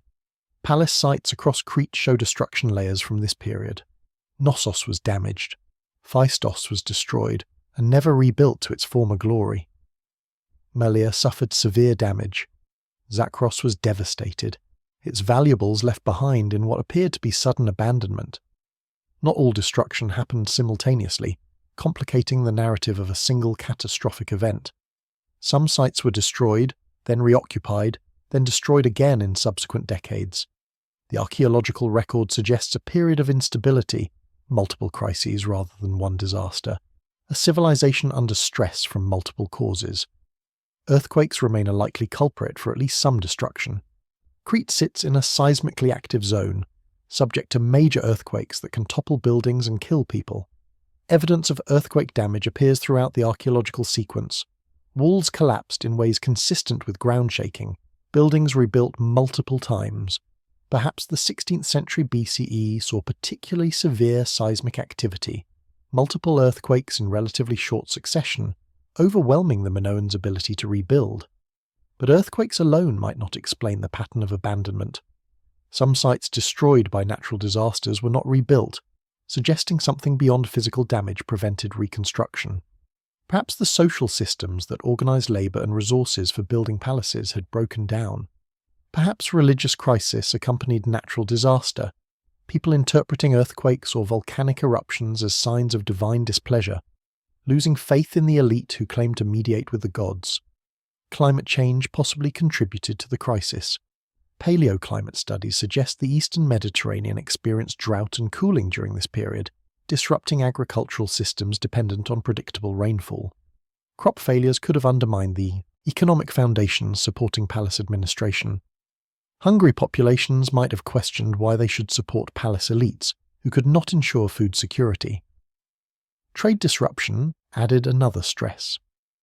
The eastern Mediterranean in the late Bronze Age was an interconnected world, with trade routes linking Egypt, the Levant, Anatolia, Cyprus, the Aegean. Disruptions anywhere in this system could have cascading effects elsewhere. If the Thera eruption disrupted regional trade, if climate change affected multiple societies simultaneously, if political instability spread across the region, Minoan civilization might have found its commercial networks compromised, its prosperity threatened. The appearance of Mycenaean Greek elements in Crete's archaeological record after 1600 BCE suggests yet another factor, the arrival of new populations. Whether as conquerors, refugees, traders, or gradual migrants, Greek speakers from the mainland began to play a larger role in Cretan affairs. At Knossos, Linear B tablets appear, recording Greek language with a script adapted from Linear A. The palace continued functioning, but under new management.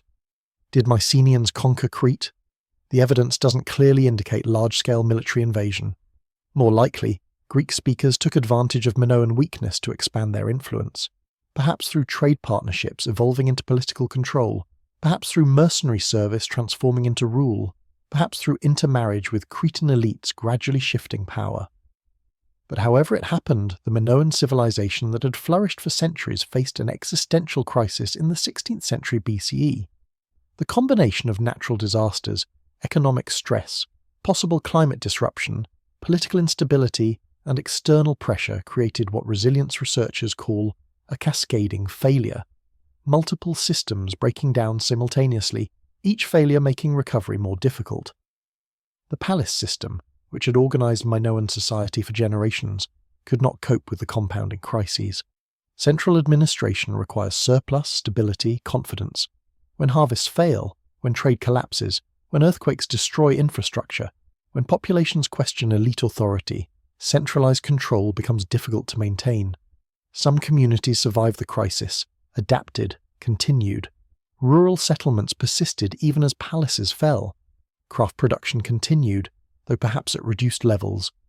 People farmed and fished and raised families even as the grand architecture of palace civilization crumbled around them. But the civilization as it had existed was fundamentally transformed. The palaces that were rebuilt were different, smaller, less elaborate. The artistic tradition that had produced magnificent frescoes and pottery declined in quality and ambition. The administrative system using Linear A script disappeared, replaced at some sites by Linear B recording Greek language, and the turning point became, in hindsight, the beginning of the end. Minoan civilization would limp forward for several more centuries in attenuated form, but the peak had passed. The great age of Minoan cultural achievement, of palace building and artistic excellence and commercial dominance, ended around 1600 BCE. The people who lived through this turning point could not have known they were witnessing the decline of their civilization. They experienced individual catastrophes, earthquakes and eruptions and crop failures and social unrest, dealing with each crisis as it came. Only later, looking back across millennia, can we see the pattern, recognize the turning point, understand that this was the moment when everything changed for Europe's first great civilization. The destructions of 1600 BCE were not the end, but they mark the beginning of a long decline that would eventually erase Minoan civilization from history. In the immediate aftermath, Crete resembled a wounded landscape struggling to heal. Some palace sites lay abandoned, their grand courtyards silent, their storage magazines empty, their painted corridors exposed to weather and decay. Other communities attempted recovery, rebuilding on a smaller scale, maintaining what they could of the old ways while adapting to diminished circumstances. At Knossos, the largest palace, life continued but transformed. The Linear B tablets that appear in later levels tell a story of Greek language and Greek-style administration, replacing older Minoan systems. The palace still functioned as an administrative centre, but the culture directing it had changed. Mycenaean Greeks, those mainland warriors who would later besiege Troy and inspire Homer's epics, now controlled Crete's most important site. The transition was not necessarily violent, at least not everywhere. Archaeological evidence shows cultural blending rather than simple conquest. Minoan artistic styles persisted alongside Mycenaean elements. Religious practices showed continuity, even as new deities were introduced. The material culture of late Bronze Age Crete reflected hybridization, old and new existing side by side, sometimes merging, sometimes remaining distinct. But the balance of power had shifted decisively. Where Minoan civilization had once dominated the Aegean, exporting its cultural influence and trading goods across the Mediterranean, now Mycenaean Greek centres on the mainland rose to prominence. Palaces at Mycenae, Pylos, Tiryns became the new hubs of Aegean culture, their fortified citadels contrasting sharply with the undefended Minoan palaces. The Mycenaeans were different in temperament and organisation. Their palaces were fortresses surrounded by massive stone walls designed for defence as much as administration. Their art celebrated warfare and hunting alongside religious themes. Their administrative tablets recorded military equipment and personnel. They were, in short, a warrior culture, and their dominance over Crete introduced military values that had not characterised Minoan society. For the Minoans who remained, who continued farming the valleys and fishing the coasts, life changed in subtle and profound ways. The palace system that had organised their economic life for generations was breaking down. The centralised collection and redistribution of agricultural surplus became less reliable. Communities had to become more self-sufficient, less dependent on palace administration. Trade networks that had enriched Crete for centuries contracted. Minoan pottery, once found across the eastern Mediterranean, became less common in foreign sites. The commercial dominance that had made Crete wealthy was passing to other powers. Egyptian tomb paintings from this period show fewer keftiu bearing gifts, suggesting declining relations or reduced Cretan prestige. The artistic tradition that had produced such magnificent work declined in quality. Late Minoan pottery and frescoes lack the vitality and skill of earlier periods. The marine and floral motifs become more schematic, less naturalistic. The exuberant celebration of a nature visible in peak Minoan art gives way to more conventional, less inspired decoration. Whether this reflects economic decline, loss of skilled craftsmen, or cultural demoralization is impossible to determine, but the change is unmistakable. Religious practices seem to have shifted as well. The prominent female figures of earlier Minoan religion become less visible in the archaeological record. Mycenaean Greek deities, some of whom would later become familiar Olympic gods, appear in Linear B tablets. Zeus and Poseidon and other Greek divine names show up in administrative contexts, suggesting religious syncretism or replacement. The peak sanctuaries that had been such important sites of Minoan worship were gradually abandoned. Sacred caves continued to receive offerings, but with changed ritual practices. The religious landscape of Crete was being remade, old sacred places losing significance while new forms of worship were introduced. Population appears to have declined, though archaeological evidence for population levels is always uncertain. Sites that had been substantial towns in the height of Minoan power were reduced to smaller settlements or abandoned entirely. Whether through violence, disease, emigration, or economic collapse, fewer people lived on Crete in the late Bronze Age than had during the palace period's peak. Some Minoans may have left the island entirely, seeking opportunities elsewhere as their homeland declined. The diaspora left no clear trace in the archaeological record, but it's possible that Minoan craftsmen, traders, and refugees spread across the Mediterranean, carrying their skills and knowledge to other lands, contributing to the cultural developments of the late Bronze Age without maintaining distinct Minoan identity. The social hierarchies that had structured Minoan society were disrupted. The palace elites who had commanded resources and labour lost their authority when palaces fell. New elites emerged, often of Mycenaean Greek origin or affiliation, creating different patterns of power and privilege. Old families might have maintained local status, but the broader system organising society had fundamentally changed. At Knossos, palace life continued into the 13th century BCE, though increasingly the site reflected Mycenaean rather than Minoan culture. The throne room still functioned, but who sat there and what authority they wielded had changed. The storage magazines still held supplies, but Linear B Greek now recorded their contents. The palace persisted as a shadow of its former self, a Mycenaean outpost on an island that had once been the centre of its own civilization, and then, around 1200 BCE, even that ended. Knossos burned in a final destruction, its Linear B tablets baked hard by the fire, preserving a snapshot of its last days. The tablets recorded olive oil and grain, chariots and weapons, religious offerings and personnel assignments. Administrative routine continued up to the moment of catastrophe, then stopped forever. After that final destruction, the palace was never rebuilt. The site that had been continuously occupied for thousands of years, that had been the heart of Minoan civilization and then a Mycenaean administrative centre, was abandoned.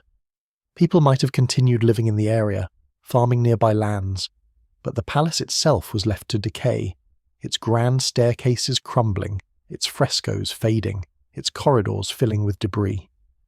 Across Crete, the pattern repeated. The palace centres that had survived into the late Bronze Age were destroyed and abandoned. The system of centralised administration collapsed completely. Writing disappeared from the island as scribes who recorded Linear B no longer had palace bureaucracies to serve. Crete entered what later scholars would call a Dark Age, a period of cultural simplification, economic decline, demographic reduction. The consequence of the 1600 BCE turning point had played out across 6 centuries, a long, slow fall from greatness to obscurity. The Minoans as a distinct civilization ceased to exist, their language forgotten, their script unreadable, their achievements attributed to legend or to later Greeks. The palaces they had built crumbled into ruins that local people would avoid as haunted or sacred, not understanding what they had once been.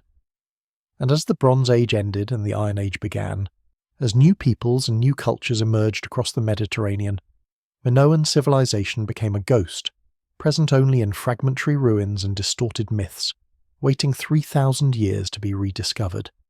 The Minoans fell, but they did not disappear without leaving traces in the civilizations that followed. The Mycenaean Greeks who dominated the Aegean in the late Bronze Age had learned from Crete.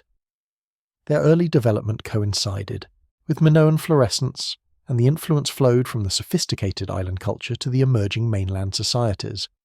When archaeologists excavate Mycenaean sites, they find Minoan influences everywhere, in pottery styles, in architectural techniques, in artistic motifs, in religious practices. The Linear B script itself was adapted from Linear A, Mycenaean Greeks taking a Minoan writing system and modifying it to record their own Greek language. The very fact that Mycenaean civilization was literate owed something to Minoan precedent. The administrative systems recorded in Linear B tablets showed organizational principles that may have been learned from Minoan palace bureaucracies. Mycenaean art incorporated Minoan aesthetic sensibilities. The marine and floral motifs that characterized Minoan pottery appeared in Mycenaean ceramics. The fresco technique, painting on wet plaster to create vibrant wall decorations, was adopted from Minoan practice. Even the distinctive architecture of Mycenaean throne rooms owed something to Cretan models, though Mycenaean builders added their own innovations. Religious influences may have run even deeper. Some deities worshipped by later classical Greeks possibly had Bronze Age origins in Minoan religion. The prominence of goddesses in Greek mythology, Athena and Artemis and Hera, might reflect earlier Minoan goddess worship filtered through Mycenaean adaptation. The sacred symbols of later Greek religion, the double axe, the sacred pillar, appeared first in Minoan contexts. When Mycenaean civilization itself collapsed around 1200 BCE, part of the broader Bronze Age collapse affecting the entire eastern Mediterranean, some elements survived into the Greek Dark Age and eventually into classical Greek culture. Through this chain of transmission, Minoan influences reached classical Athens and Sparta, shaping the civilization that Western culture considers foundational. The architectural legacy was particularly tangible. The column design that Minoans developed, tapering downward rather than upward, influenced later Greek architecture even though classical columns reversed the taper. The concept of the monumental staircase, the use of light wells to illuminate interior spaces, the organization of palace complexes around central courtyards, all these Minoan innovations informed later Mediterranean architecture.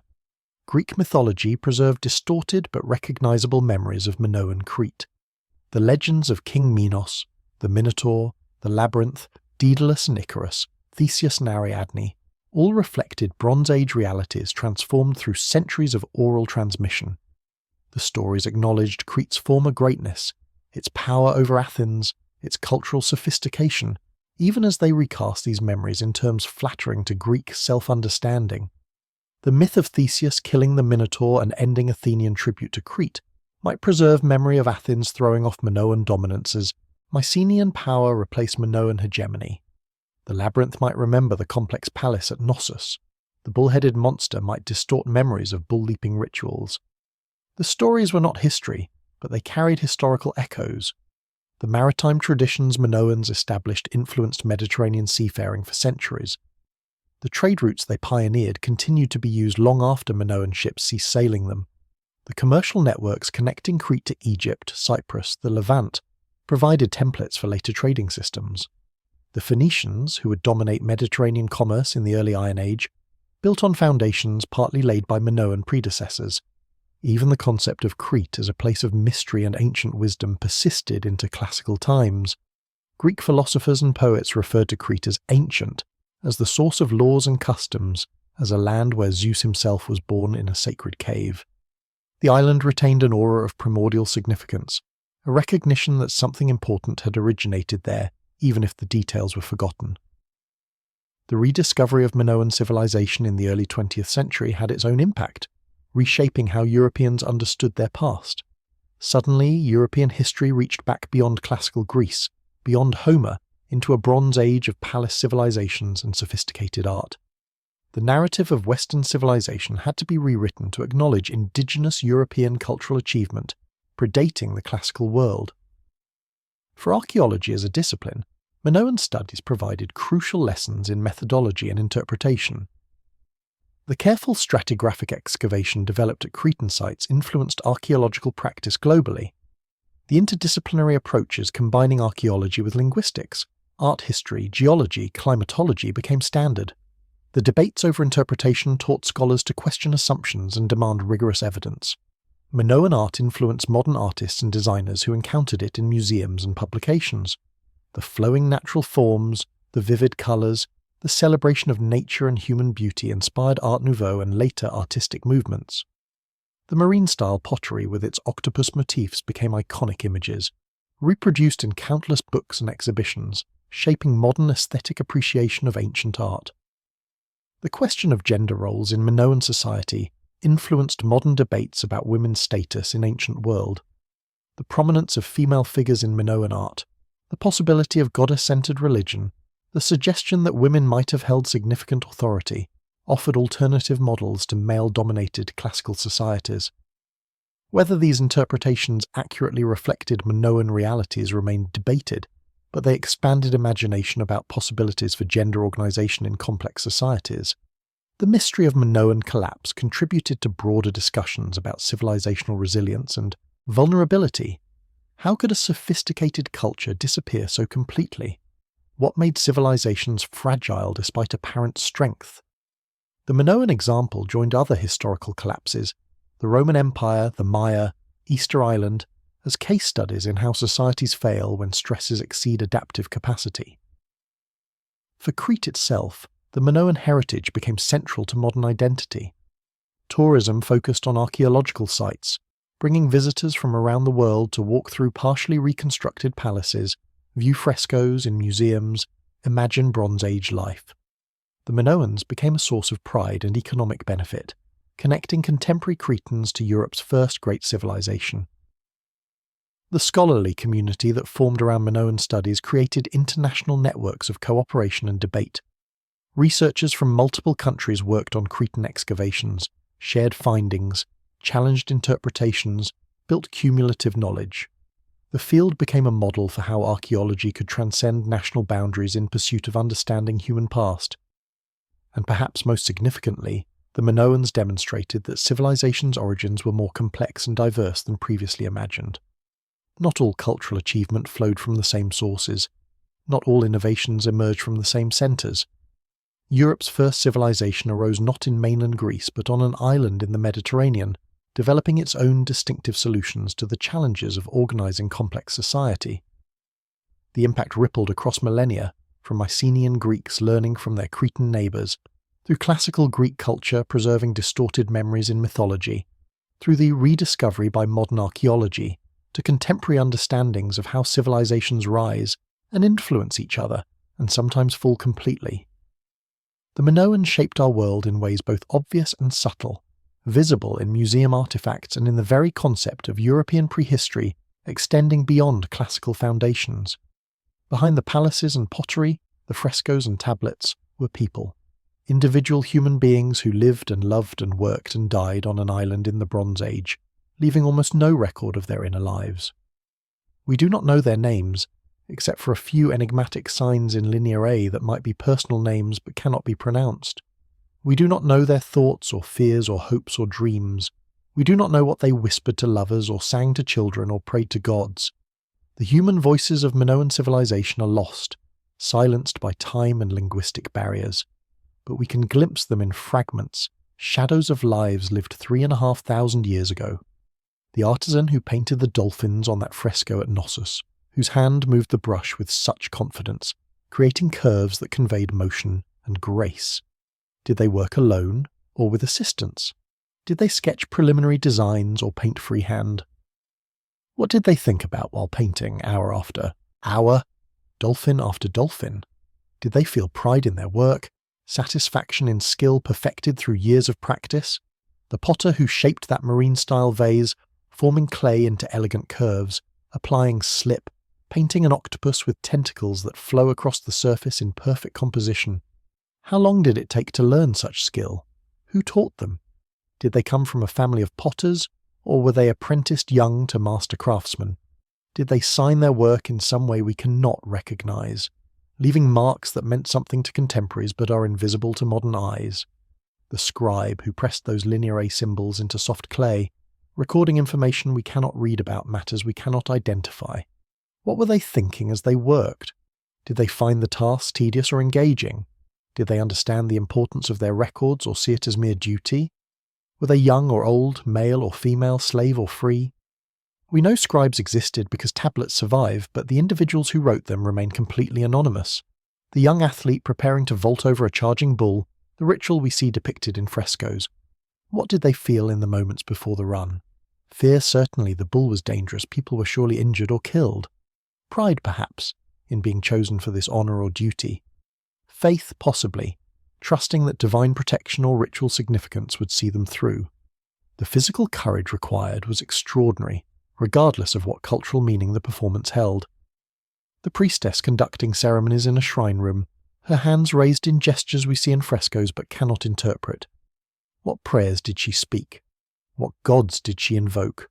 What did she believe about the sacred powers she mediated? Did she enter religious service by choice, or family tradition, or divine calling? Did she hold genuine faith or perform her role with skepticism hidden behind ritual observance?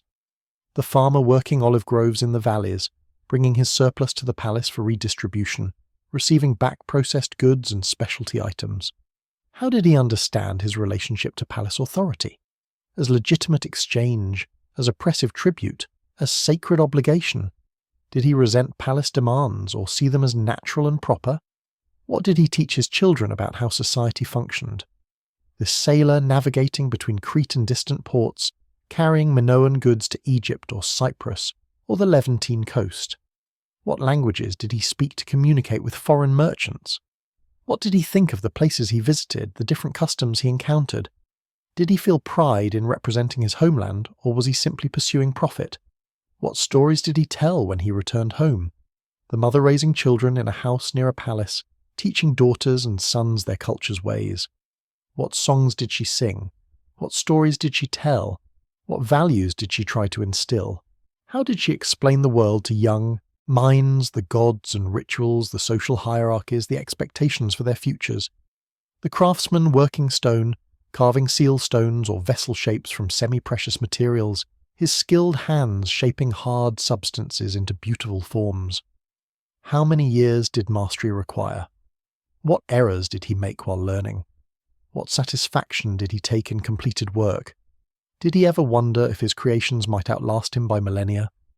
The palace administrator managing storage magazines, tracking inventories, organizing distributions. Did he take pride in organizational skill, in keeping accurate records, in efficiently managing resources? Did he worry about shortfalls or rejoice in abundance? What did he think about palace politics, about the rulers he served? The elderly person in final days, looking back across a lifetime, remembering youth and loves and losses. What did they make of their life? Did Minoan culture have concepts of successful living, of good death, of afterlife hopes? What comfort did religion offer in the face of mortality? We cannot know the answers. We can only know these people existed, that they filled the palace corridors with voices now silent, that they experienced the full range of human emotion and thought and relationship that people have always experienced. Sometimes the archaeological evidence offers tantalizing hints of individuals. A skeleton buried with rich grave goods suggests someone important, but we do not know their name or deeds. A fresco fragment shows a face with distinctive features, clearly portraying a specific person, but their identity is lost. A signature mark on pottery indicates a particular craftsman's work, but we cannot read the mark or know who made it. The linear B tablets from later Knossos occasionally mention names, Greek names of people living there after Mycenaean takeover. But the earlier linear A tablets from pure Minoan contexts remain unreadable, their names inaccessible. The people who built Minoan civilization in its great age remain nameless to us. Their lives were shaped by the rhythms of Bronze Age existence. Seasonal cycles of planting and harvest, of sailing weather and storm seasons marked time. Religious festivals punctuated the year, occasions for communal celebration and ritual observance. Life stages, birth and naming and coming of age and marriage and death structured individual experience.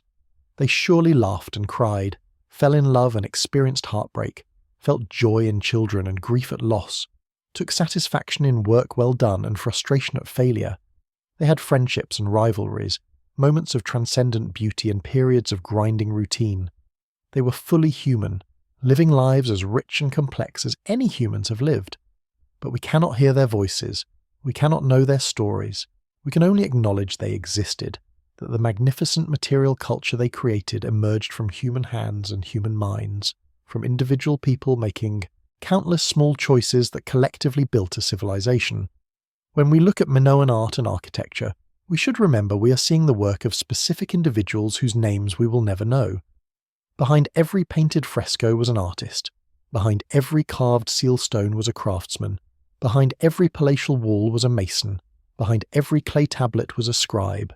They lived, they worked, they created, they loved and feared and hoped. They are gone completely, their voices silenced, their names forgotten, their stories lost. But their work remains, testament to human creativity and skill, evidence that 3,500 years ago, on an island in the Mediterranean, people lived full human lives and left beauty behind them. Not everyone embraced the palace system. Not everyone benefited from centralized authority. The Minoan civilization we see in archaeological remains was the successful version, the palaces and their networks that dominated the historical record. But there must have been resistance, opposition, those who rejected or were excluded from palace-centered society. The evidence is subtle, difficult to interpret, but suggestive. Rural settlements far from palace centres show different material culture patterns, simpler pottery, less elaborate architecture, fewer imported luxury goods. Were these communities simply poorer, peripheral to palace wealth? Or did they maintain some independence, participating in palace networks only when necessary, preserving older ways of organising social life? Highland communities, those living in Crete's mountainous interior, left fewer traces in the archaeological record than lowland settlements. The palaces were all located in accessible areas, connected to agricultural plains and coastal ports. The mountains remained less controlled, less integrated into palace administration. Who lived there? Shepherds certainly, moving flocks seasonally between highlands and lowlands, but perhaps also communities that valued autonomy over the prosperity palace connections might bring. The palace system required surplus, agricultural production beyond subsistence needs, collected and redistributed through central administration. This meant farmers had to produce more than their families needed and surrender that surplus to palace authority. Some surely resented this arrangement, viewing it as exploitation rather than beneficial exchange. Did resistance ever become active? Surplus withheld? Deliveries refused? The destructions visible in the archaeological record, palaces burned and damaged repeatedly before final collapse, raise questions about agency. Natural disasters like earthquakes can explain some destruction, but fire damage suggests human action. Were some destructions deliberate, attacks on palace authority by those who opposed it? We cannot know for certain. The archaeological evidence does not clearly distinguish between different types of violence. A palace burned in warfare looks similar to one burned accidentally or during social upheaval. Without written records explaining events, without historical narratives describing conflicts, we are left with ambiguous ruins. But social tensions surely existed.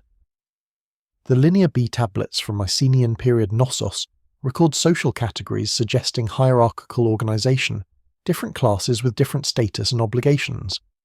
If such hierarchies existed in Minoan period, which seems likely, then tensions between classes were probably present too.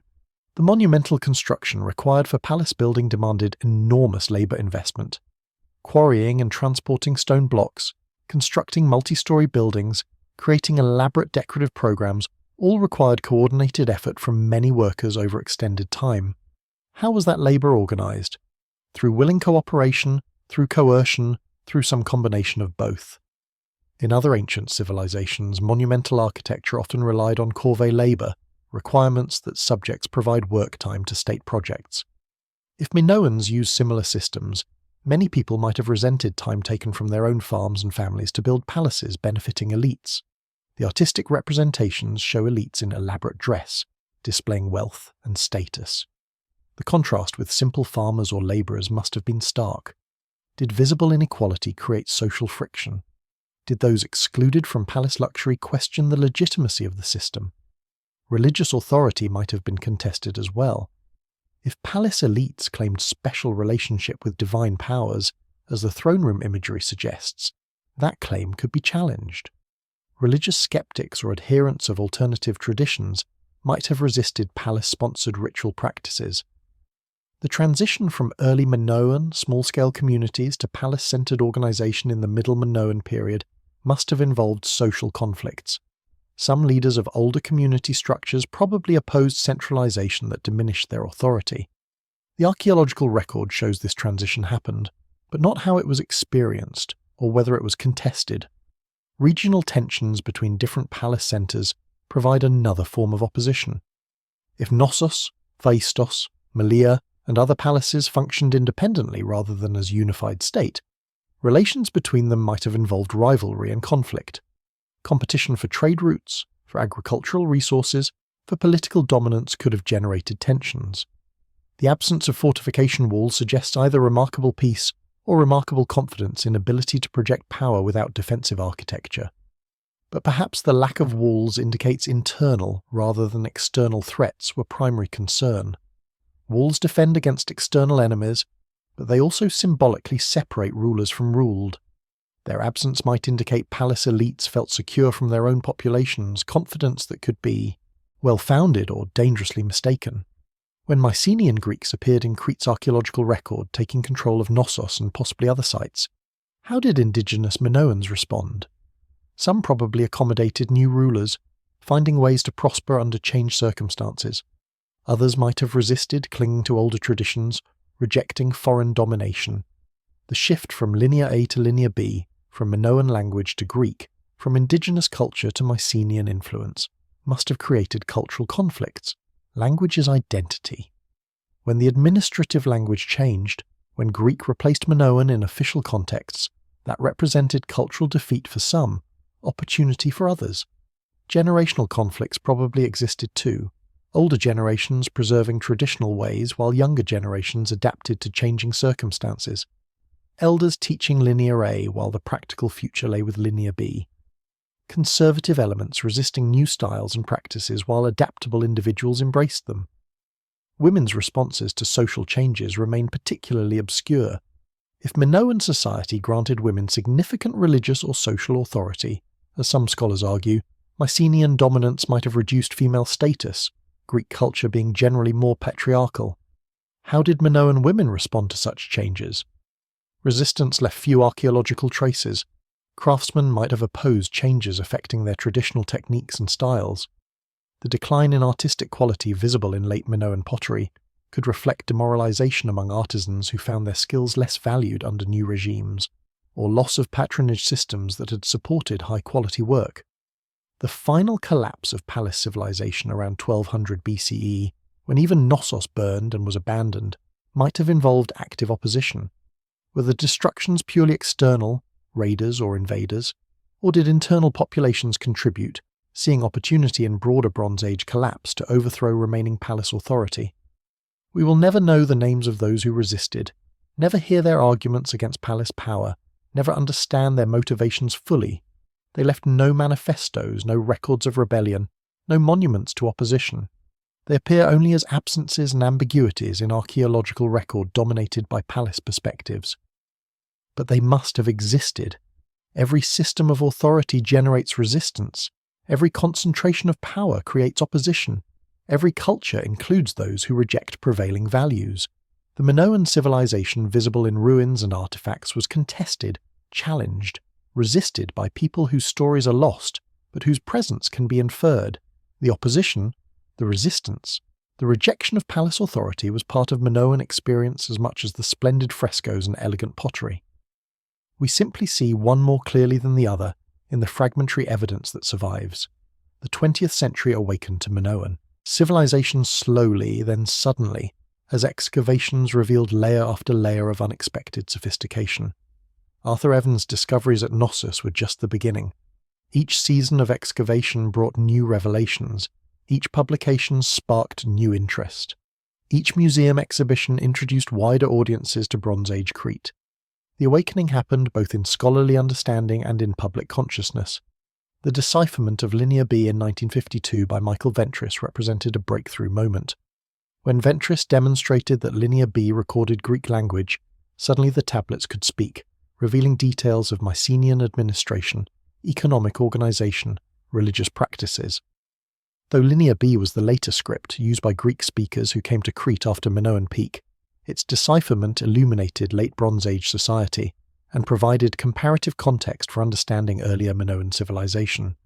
The revelation that palace tablets recorded mundane administrative details, inventories of grain and oil, lists of personnel and equipment, transformed understanding of Bronze Age complexity. These were sophisticated bureaucracies maintaining detailed records, managing substantial resources, organizing large-scale economic activities. The banality of the content paradoxically demonstrated remarkable administrative capability. New excavation techniques developed in mid-20th century allowed more precise archaeological work. Stratigraphic excavation, careful recording of soil layers and depositional contexts, provided better chronological control. Scientific dating methods, particularly radiocarbon analysis refined through decades of methodological improvement, offered independent chronological frameworks. The investigation of Crete on Thera beginning in 1967 opened extraordinary windows into Bronze Age life. The volcanic eruption that destroyed the settlement also preserved it, ash covering buildings and streets and artifacts in place. Excavators found multi-story houses with elaborate frescoes, sophisticated drainage systems, storage rooms filled with provisions. The site offered unprecedented detail about ordinary life in the Minoan cultural sphere. Frescoes at Crete showed ships and landscapes, processions and gatherings, providing iconographic information not available from Crete. The ship fresco depicted Bronze Age vessels in such detail that maritime archaeologists could reconstruct their construction and capabilities. The landscape scenes showed towns and flora, offering environmental and architectural context. Interdisciplinary approaches became standard, archaeologists working with specialists from multiple fields. Paleobotanists analysed plant remains to understand agriculture and environment. Zoo archaeologists studied animal bones revealing diet and animal husbandry. Geologists investigated earthquakes and volcanic effects. Climatologists contributed data on Bronze Age weather patterns and climate change. DNA analysis of skeletal remains, developed in late 20th and early 21st centuries, provided genetic information about Minoan populations. Results suggested continuity between Neolithic and Bronze Age Cretans, indicating Minoan civilization developed from indigenous populations rather than being introduced by migrants from elsewhere. The genetic evidence also showed connections between Minoans and other Eastern Mediterranean populations, consistent with the trade networks visible in material culture. Isotope analysis of teeth and bones revealed diet and mobility patterns. Some individuals showed childhood in different locations than where they died, evidence of movement across the island or arrival from elsewhere. Dietary isotopes confirmed the mixed subsistence base visible in archaeological remains, agriculture and animal husbandry combined with marine resources. Digital technologies revolutionized how scholars could study and share information. Databases catalogued artifacts from multiple excavations, allowing comparative analysis impossible when objects were scattered across museums and storage facilities. Three-dimensional scanning documented architecture and artifacts with unprecedented precision. Geographic information systems mapped settlement patterns and resource distributions. The awakening extended beyond academic circles. Museum exhibitions brought Minoan artifacts to international audiences. Publications for general readers introduced Bronze Age Crete to people who had never heard of Minoans. Documentary films explored palace ruins and fresco images. Tourism to Crete increasingly focused on archaeological sites, bringing hundreds of thousands of visitors annually to walk through partially reconstructed palaces. This popularization had mixed effects. On one hand, it generated public support for archaeological research, funding for excavations and conservation, On the other hand, it sometimes simplified complex scholarly debates into easy narratives, romanticizing Minoans as peaceful matriarchal society without acknowledging evidence's ambiguity and scholarly disagreements. The awakening also involved critical reassessment of earlier interpretations.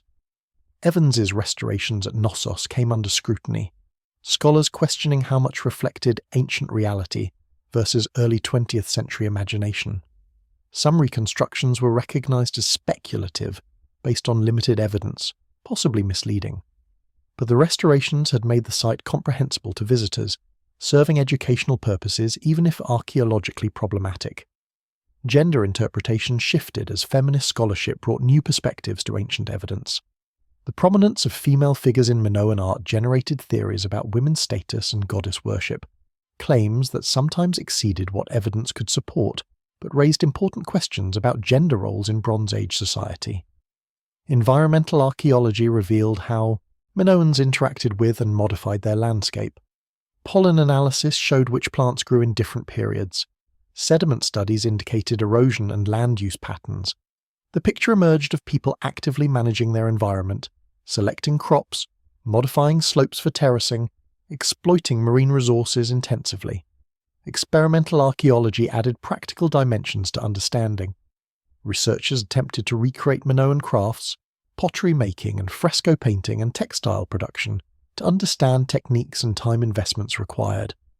The experiments demonstrated the skill necessary for producing the quality visible in archaeological remains. Conservation science improved methods for preserving fragile materials. Frescoes requiring careful stabilization received modern treatment. Pottery needing restoration was handled with techniques minimizing damage and maximizing information preservation. Organic remains like textiles or wood fragments were treated with methods developed specifically for archaeological conservation. The awakening continues. New excavations still occur. New analytical techniques constantly emerge. New theoretical approaches bring fresh questions to old evidence. Each generation of scholars sees Minoan civilization slightly differently, emphasizing different aspects, questioning different assumptions, constructing different narratives from the same material remains. And the public awakening continues too, people encountering Minoan art in museums or books or online, discovering that European civilization has deeper roots than classical Greece, that 3,500 years ago people created beauty and complexity on an island in the Mediterranean. The awakening is not complete. Linear A remains undeciphered. Major questions about Minoan society remain unanswered. Much of Crete remains unexcavated, its archaeological potential untapped. Future discoveries will certainly revise and expand current understanding. But the awakening that began with Evans standing in those ruins at Knossos has fundamentally transformed how we understand European prehistory, Bronze Age civilization, and humanity's capacity for cultural achievement. Minoan civilization is no longer forgotten, no longer dismissed as legend, but recognized as real and significant, Europe's first great culture whose legacy shaped the world that followed. The deepest truth about Minoan civilization may be what they chose not to build. Every society reveals itself not only through what it creates, but through what it chooses to avoid. And the Minoans, for all their architectural sophistication, their artistic brilliance, their administrative complexity, chose not to build walls. This absence speaks volumes. Across the Bronze Age world, civilization meant fortification. In Mesopotamia, massive walls surrounded cities. In Anatolia, the Hittite capital bristled with defensive architecture. In Egypt, fortresses guarded the Nile. On mainland, Greece, Mycenaean citadels sat behind Cyclopean walls so massive that later Greeks thought giants must have built them. But the Minoan palaces stood open to the landscape, their grand courtyards accessible, their storage magazines undefended, their residential quarters vulnerable. This was not naivety or weakness. The Minoans commanded resources enough to build walls had they chosen to. Their architectural skill was undeniable. They simply chose differently. What does that choice reveal? Perhaps that Minoan power rested on different foundations than military might. Their dominance in the Aegean came through maritime capability, through trade networks, through cultural influence that inspired imitation rather than conquest that imposed submission. They were powerful enough not to need walls, confident enough to leave their palaces unfortified, Or perhaps it reveals something about how they understood civilization itself. Where other Bronze Age societies defined greatness through military achievement, through conquered territories and subjugated peoples, the Minoans defined it through art and trade and religious sophistication. The values visible in their material culture prioritized beauty over intimidation, celebration over domination, nature over warfare. Consider what they chose to depict in their art. The frescoes show processions and rituals, dolphins and flowers, elegant figures in beautiful clothing. Warriors appear occasionally, but they are overwhelmed by images of peace and prosperity. The contrast with Mycenaean or Near Eastern art is stark. Where Mycenaean palaces displayed hunting scenes and battle imagery, where Egyptian and Assyrian temples showed conquered enemies and military triumph, Minoan palaces celebrated the natural world and human grace. This was not because Minoans were ignorant of warfare. They possessed weapons, bronze swords and spears. They had ships capable of projecting power across the Aegean. The tribute that Athens supposedly paid Crete, remembered in the Theseus myth, suggests Minoan ability to compel submission from weaker neighbours. They knew about conflict and domination, but they chose to emphasize other aspects of existence. The artistic program at Knossos and other palaces conveyed messages about what Minoan elites valued, what they wanted visitors to see, what they wanted to celebrate. And overwhelmingly, they celebrated beauty, nature, religious devotion, communal ceremony. The religious dimension reveals another profound truth: the prominence of goddesses, the importance of sacred natural locations, the integration of religious imagery throughout palace decoration, all suggest a culture where divine power was conceived differently than in patriarchal, warrior-dominated societies. The female divine principle was central rather than peripheral, honoured rather than subordinated. Whether this translated into elevated status for human women remains debated, but the religious conception itself indicates a worldview where fertility, generation, nurturing were understood as sacred powers equal or superior to martial strength and destructive capability. This was a radical alternative to the warrior ideologies dominating much of the Bronze Age world. The decentralized political structure, if that's what the multiple palace centers represent, suggests another truth about how power can be organized. Instead of unification under a single paramount ruler, multiple centers coexisted, perhaps competitively but apparently without sustained warfare that left archaeological evidence.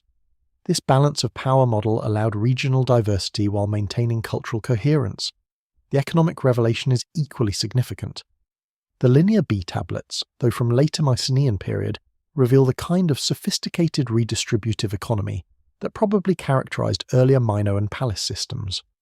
Central collection and distribution of surplus, specialized craft production, long-distance trade, all required administrative capacity matching anything in contemporary Near Eastern bureaucracies.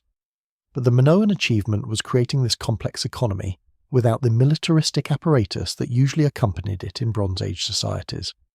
They managed to organize resources, coordinate labor, maintain social hierarchies without the constant military enforcement visible in other civilizations. Perhaps the deepest truth is about human possibility. The Minoans demonstrated that sophisticated civilization did not require military domination, that complex society could be built on foundations of trade and art and religious authority without massive investment in warfare and fortification. They proved alternatives existed to the warrior cultures that dominated most of Bronze Age world. Their collapse suggests limits to this model. When challenged by more militaristic Mycenaean Greeks, when facing catastrophes from earthquakes and possible volcanic effects, when Bronze Age systems failed across the Eastern Mediterranean, the Minoan civilization could not survive. Perhaps walls would have saved them. Perhaps military organization would have provided resilience they lacked. But their centuries of florescence, their extraordinary artistic achievement, their creation of Europe's first literate culture, all accomplished without the fortifications and martial values that characterized their neighbors, remains historically significant. They chose a different path, and for generations it succeeded brilliantly. The revelation is that history was not inevitable, that civilizations could develop along multiple trajectories, that the warrior-dominated Bronze Age world included an alternative model, emphasizing beauty and trade over conquest and domination. The Minoans showed what was possible when a culture chose differently, valued differently, built differently. They failed, ultimately. Their civilization collapsed and was forgotten, But their failure does not negate the truth of what they achieved or the significance of the choices they made. For centuries they demonstrated that power could rest on maritime trade rather than land conquest, that art could matter more than armies, that civilization could be built without walls. This is the deepest historical truth the Minoans offer us, visible in what they created and what they chose not to create, in the palaces without walls and the art celebrating peace. They were not perfect or utopian. They had hierarchies and probably exploitation, like all complex societies. But they represented a genuine alternative, a different way of organizing power and expressing cultural values, a path not taken by most Bronze Age civilizations. And perhaps that is why they fascinate us still, 3,500 years after their fall. Not just because of their artistic brilliance or their mysterious undeciphered script, but because they suggest that human societies have choices about how to organize themselves, what to value, what to build. The Minoans made different choices than their neighbours, and for a remarkable span of time those choices worked. What does it mean, this story of a civilization that rose and flourished and fell so completely that even its name was forgotten? Perhaps it means that nothing endures forever, no matter how magnificent. The palaces at Knossos stood for generations, their painted corridors hosting ceremonies and administration, their storage rooms filled with wealth, their courtyards alive with voices. They seemed permanent as anything humans build. And then they fell, and even memory of them faded, leaving only ruins and myths. This impermanence should humble us. Our own civilization feels eternal from inside it, our buildings and institutions and cultural achievements seeming like they will last indefinitely. But the Minoans probably felt the same way, could not have imagined their palaces would lie buried and forgotten for 3,000 years. If they could fall so completely, so can we. Yet there's also something hopeful in the Minoan story.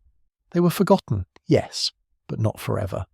The ruins waited in the earth, the frescoes survived under protective debris, the pottery endured in fragments, and when the right moment came, when archaeology had developed the techniques and when scholars had the questions, and when the political situation allowed excavation, the Minoans were rediscovered. What was lost was found again. What was forgotten was remembered. Not completely, not perfectly.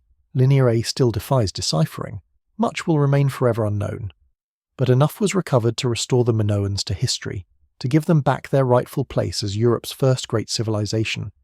This suggests that cultural achievements once created have a kind of permanence even through catastrophic loss.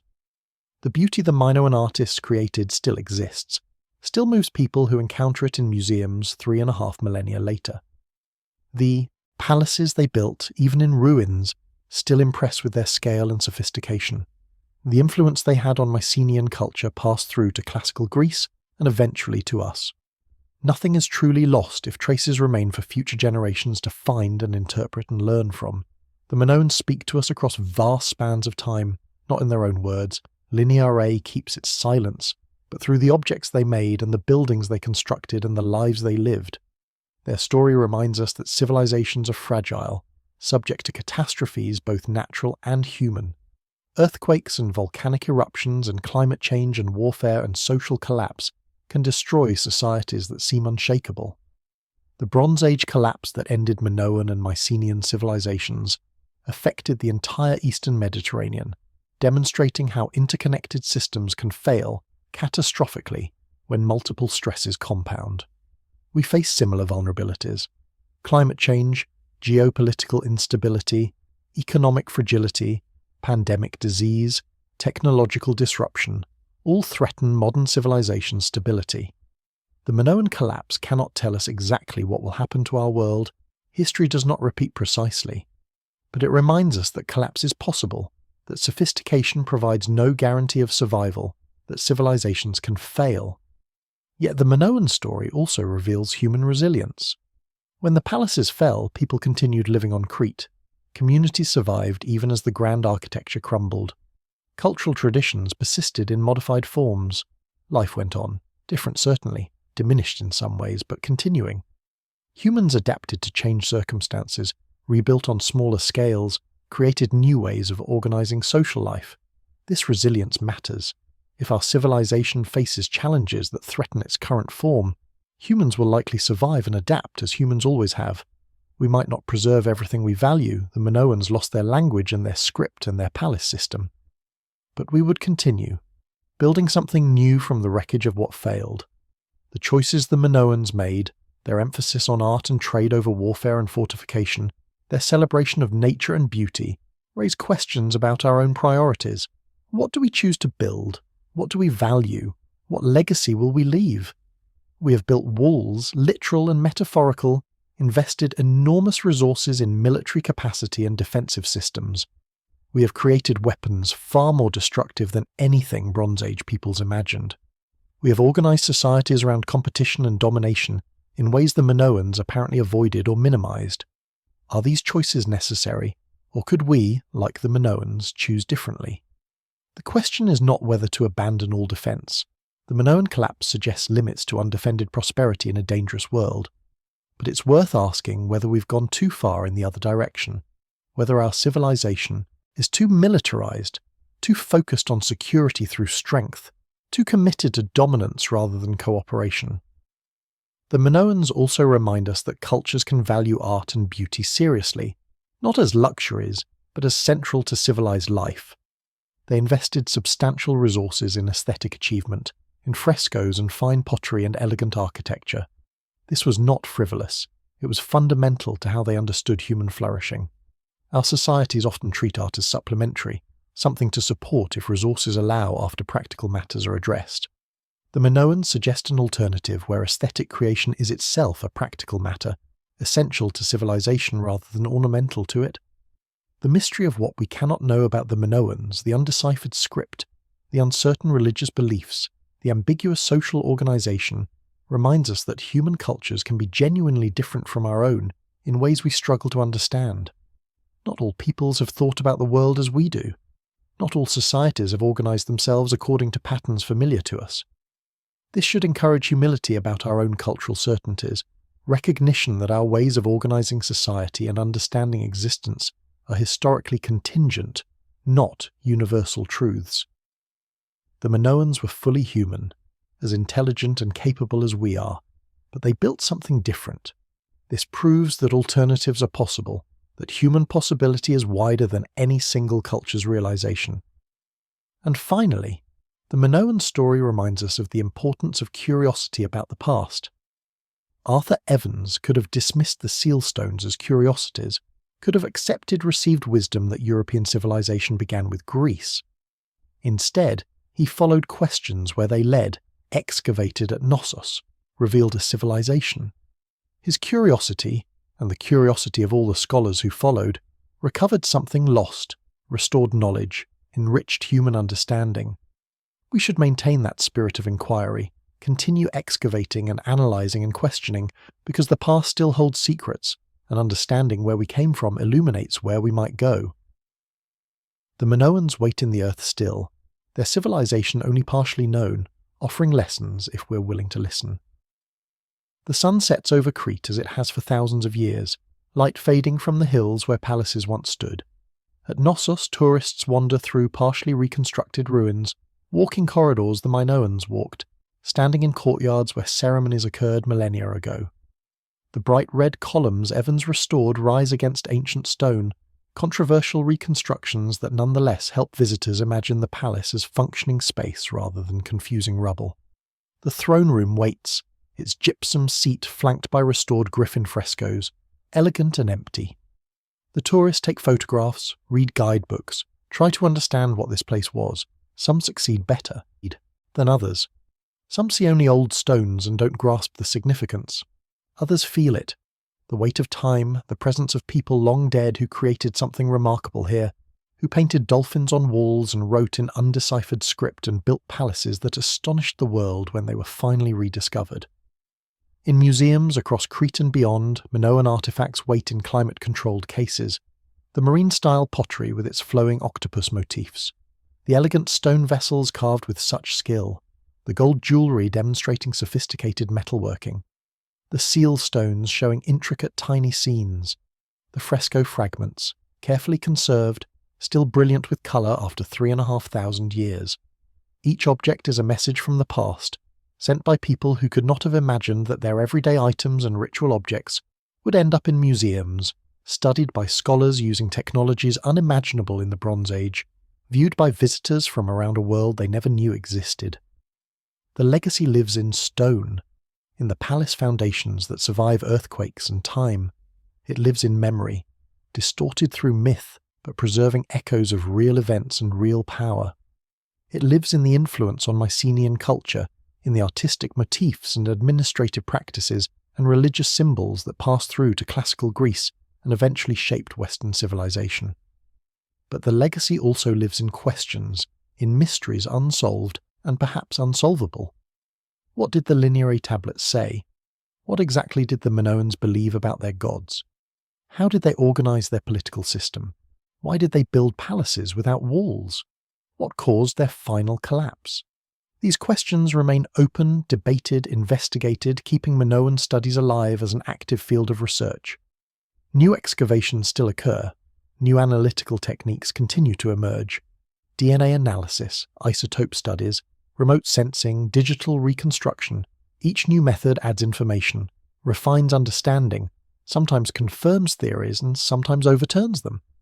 The Minoans are not static, not fully known, but continually being rediscovered through ongoing research. The legacy matters because it changed how we understand European prehistory. Before Evans excavated Knossos, European civilization seemed to begin with classical Greece, with Homer and the philosophers, with democracy and drama. The Minoans pushed that beginning back over a millennium, demonstrated that sophisticated culture existed on European soil in the Bronze Age, showed that palace civilization and writing and complex art were not solely Near Eastern achievements, but also developed independently in the Aegean. This reshaping of historical understanding matters practically. It affects how Europeans conceive their cultural identity, how they understand their relationship to Mediterranean history, how they imagine the development of their civilization. The Minoans are now part of that story, Europe's first chapter, the foundation on which later achievements were built. For Crete itself, the Minoan heritage is cultural and economic resource. Tourism brings hundreds of thousands of visitors annually, generating income and employment. Archaeological sites are sources of pride, connecting modern Cretans to ancient glory, providing tangible link to a past when their island was a centre of Mediterranean civilization rather than a peripheral province. But beyond tourism and identity and academic interest, the Minoan legacy offers something else. A vision of what human civilization can be. The choices they made, the values they expressed through art and architecture, the alternative they represented to Bronze Age warrior cultures, all suggest possibilities for organizing society differently than we do. They were not utopian. Evidence suggests social hierarchies existed, resources were unequally distributed, power was concentrated in elite hands.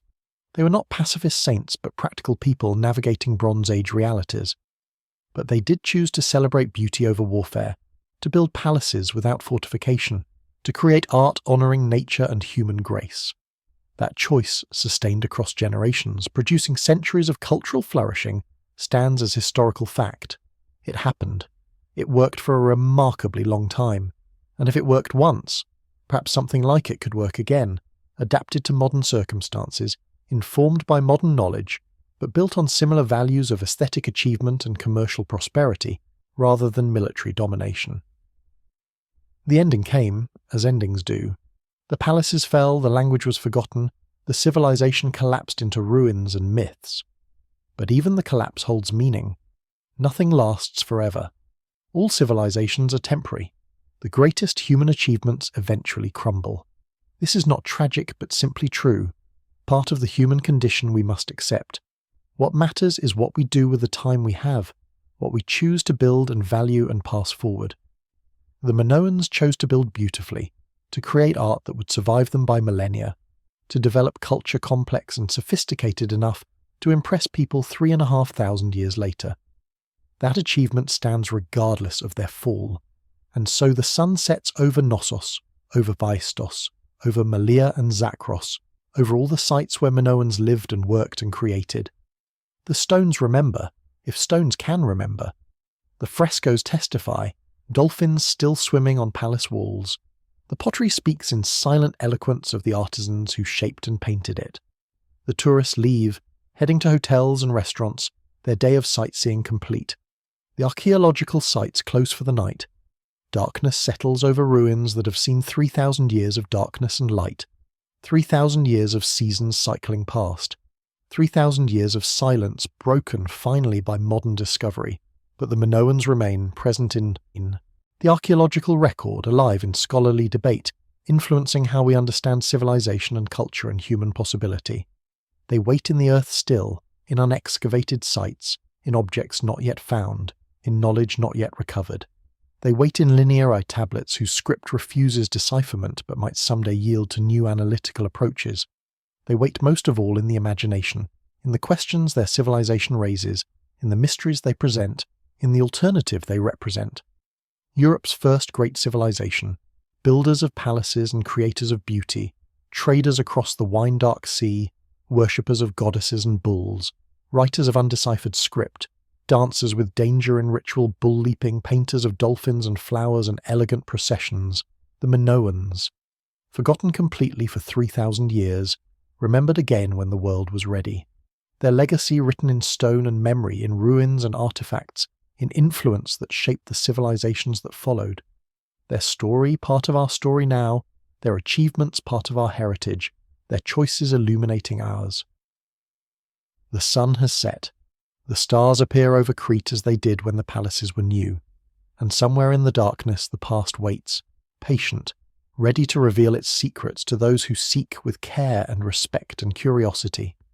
The Minoans endure, not as they were, but as fragments we continually reassemble, a civilization lost and found, Europe's first great mystery and first great achievement.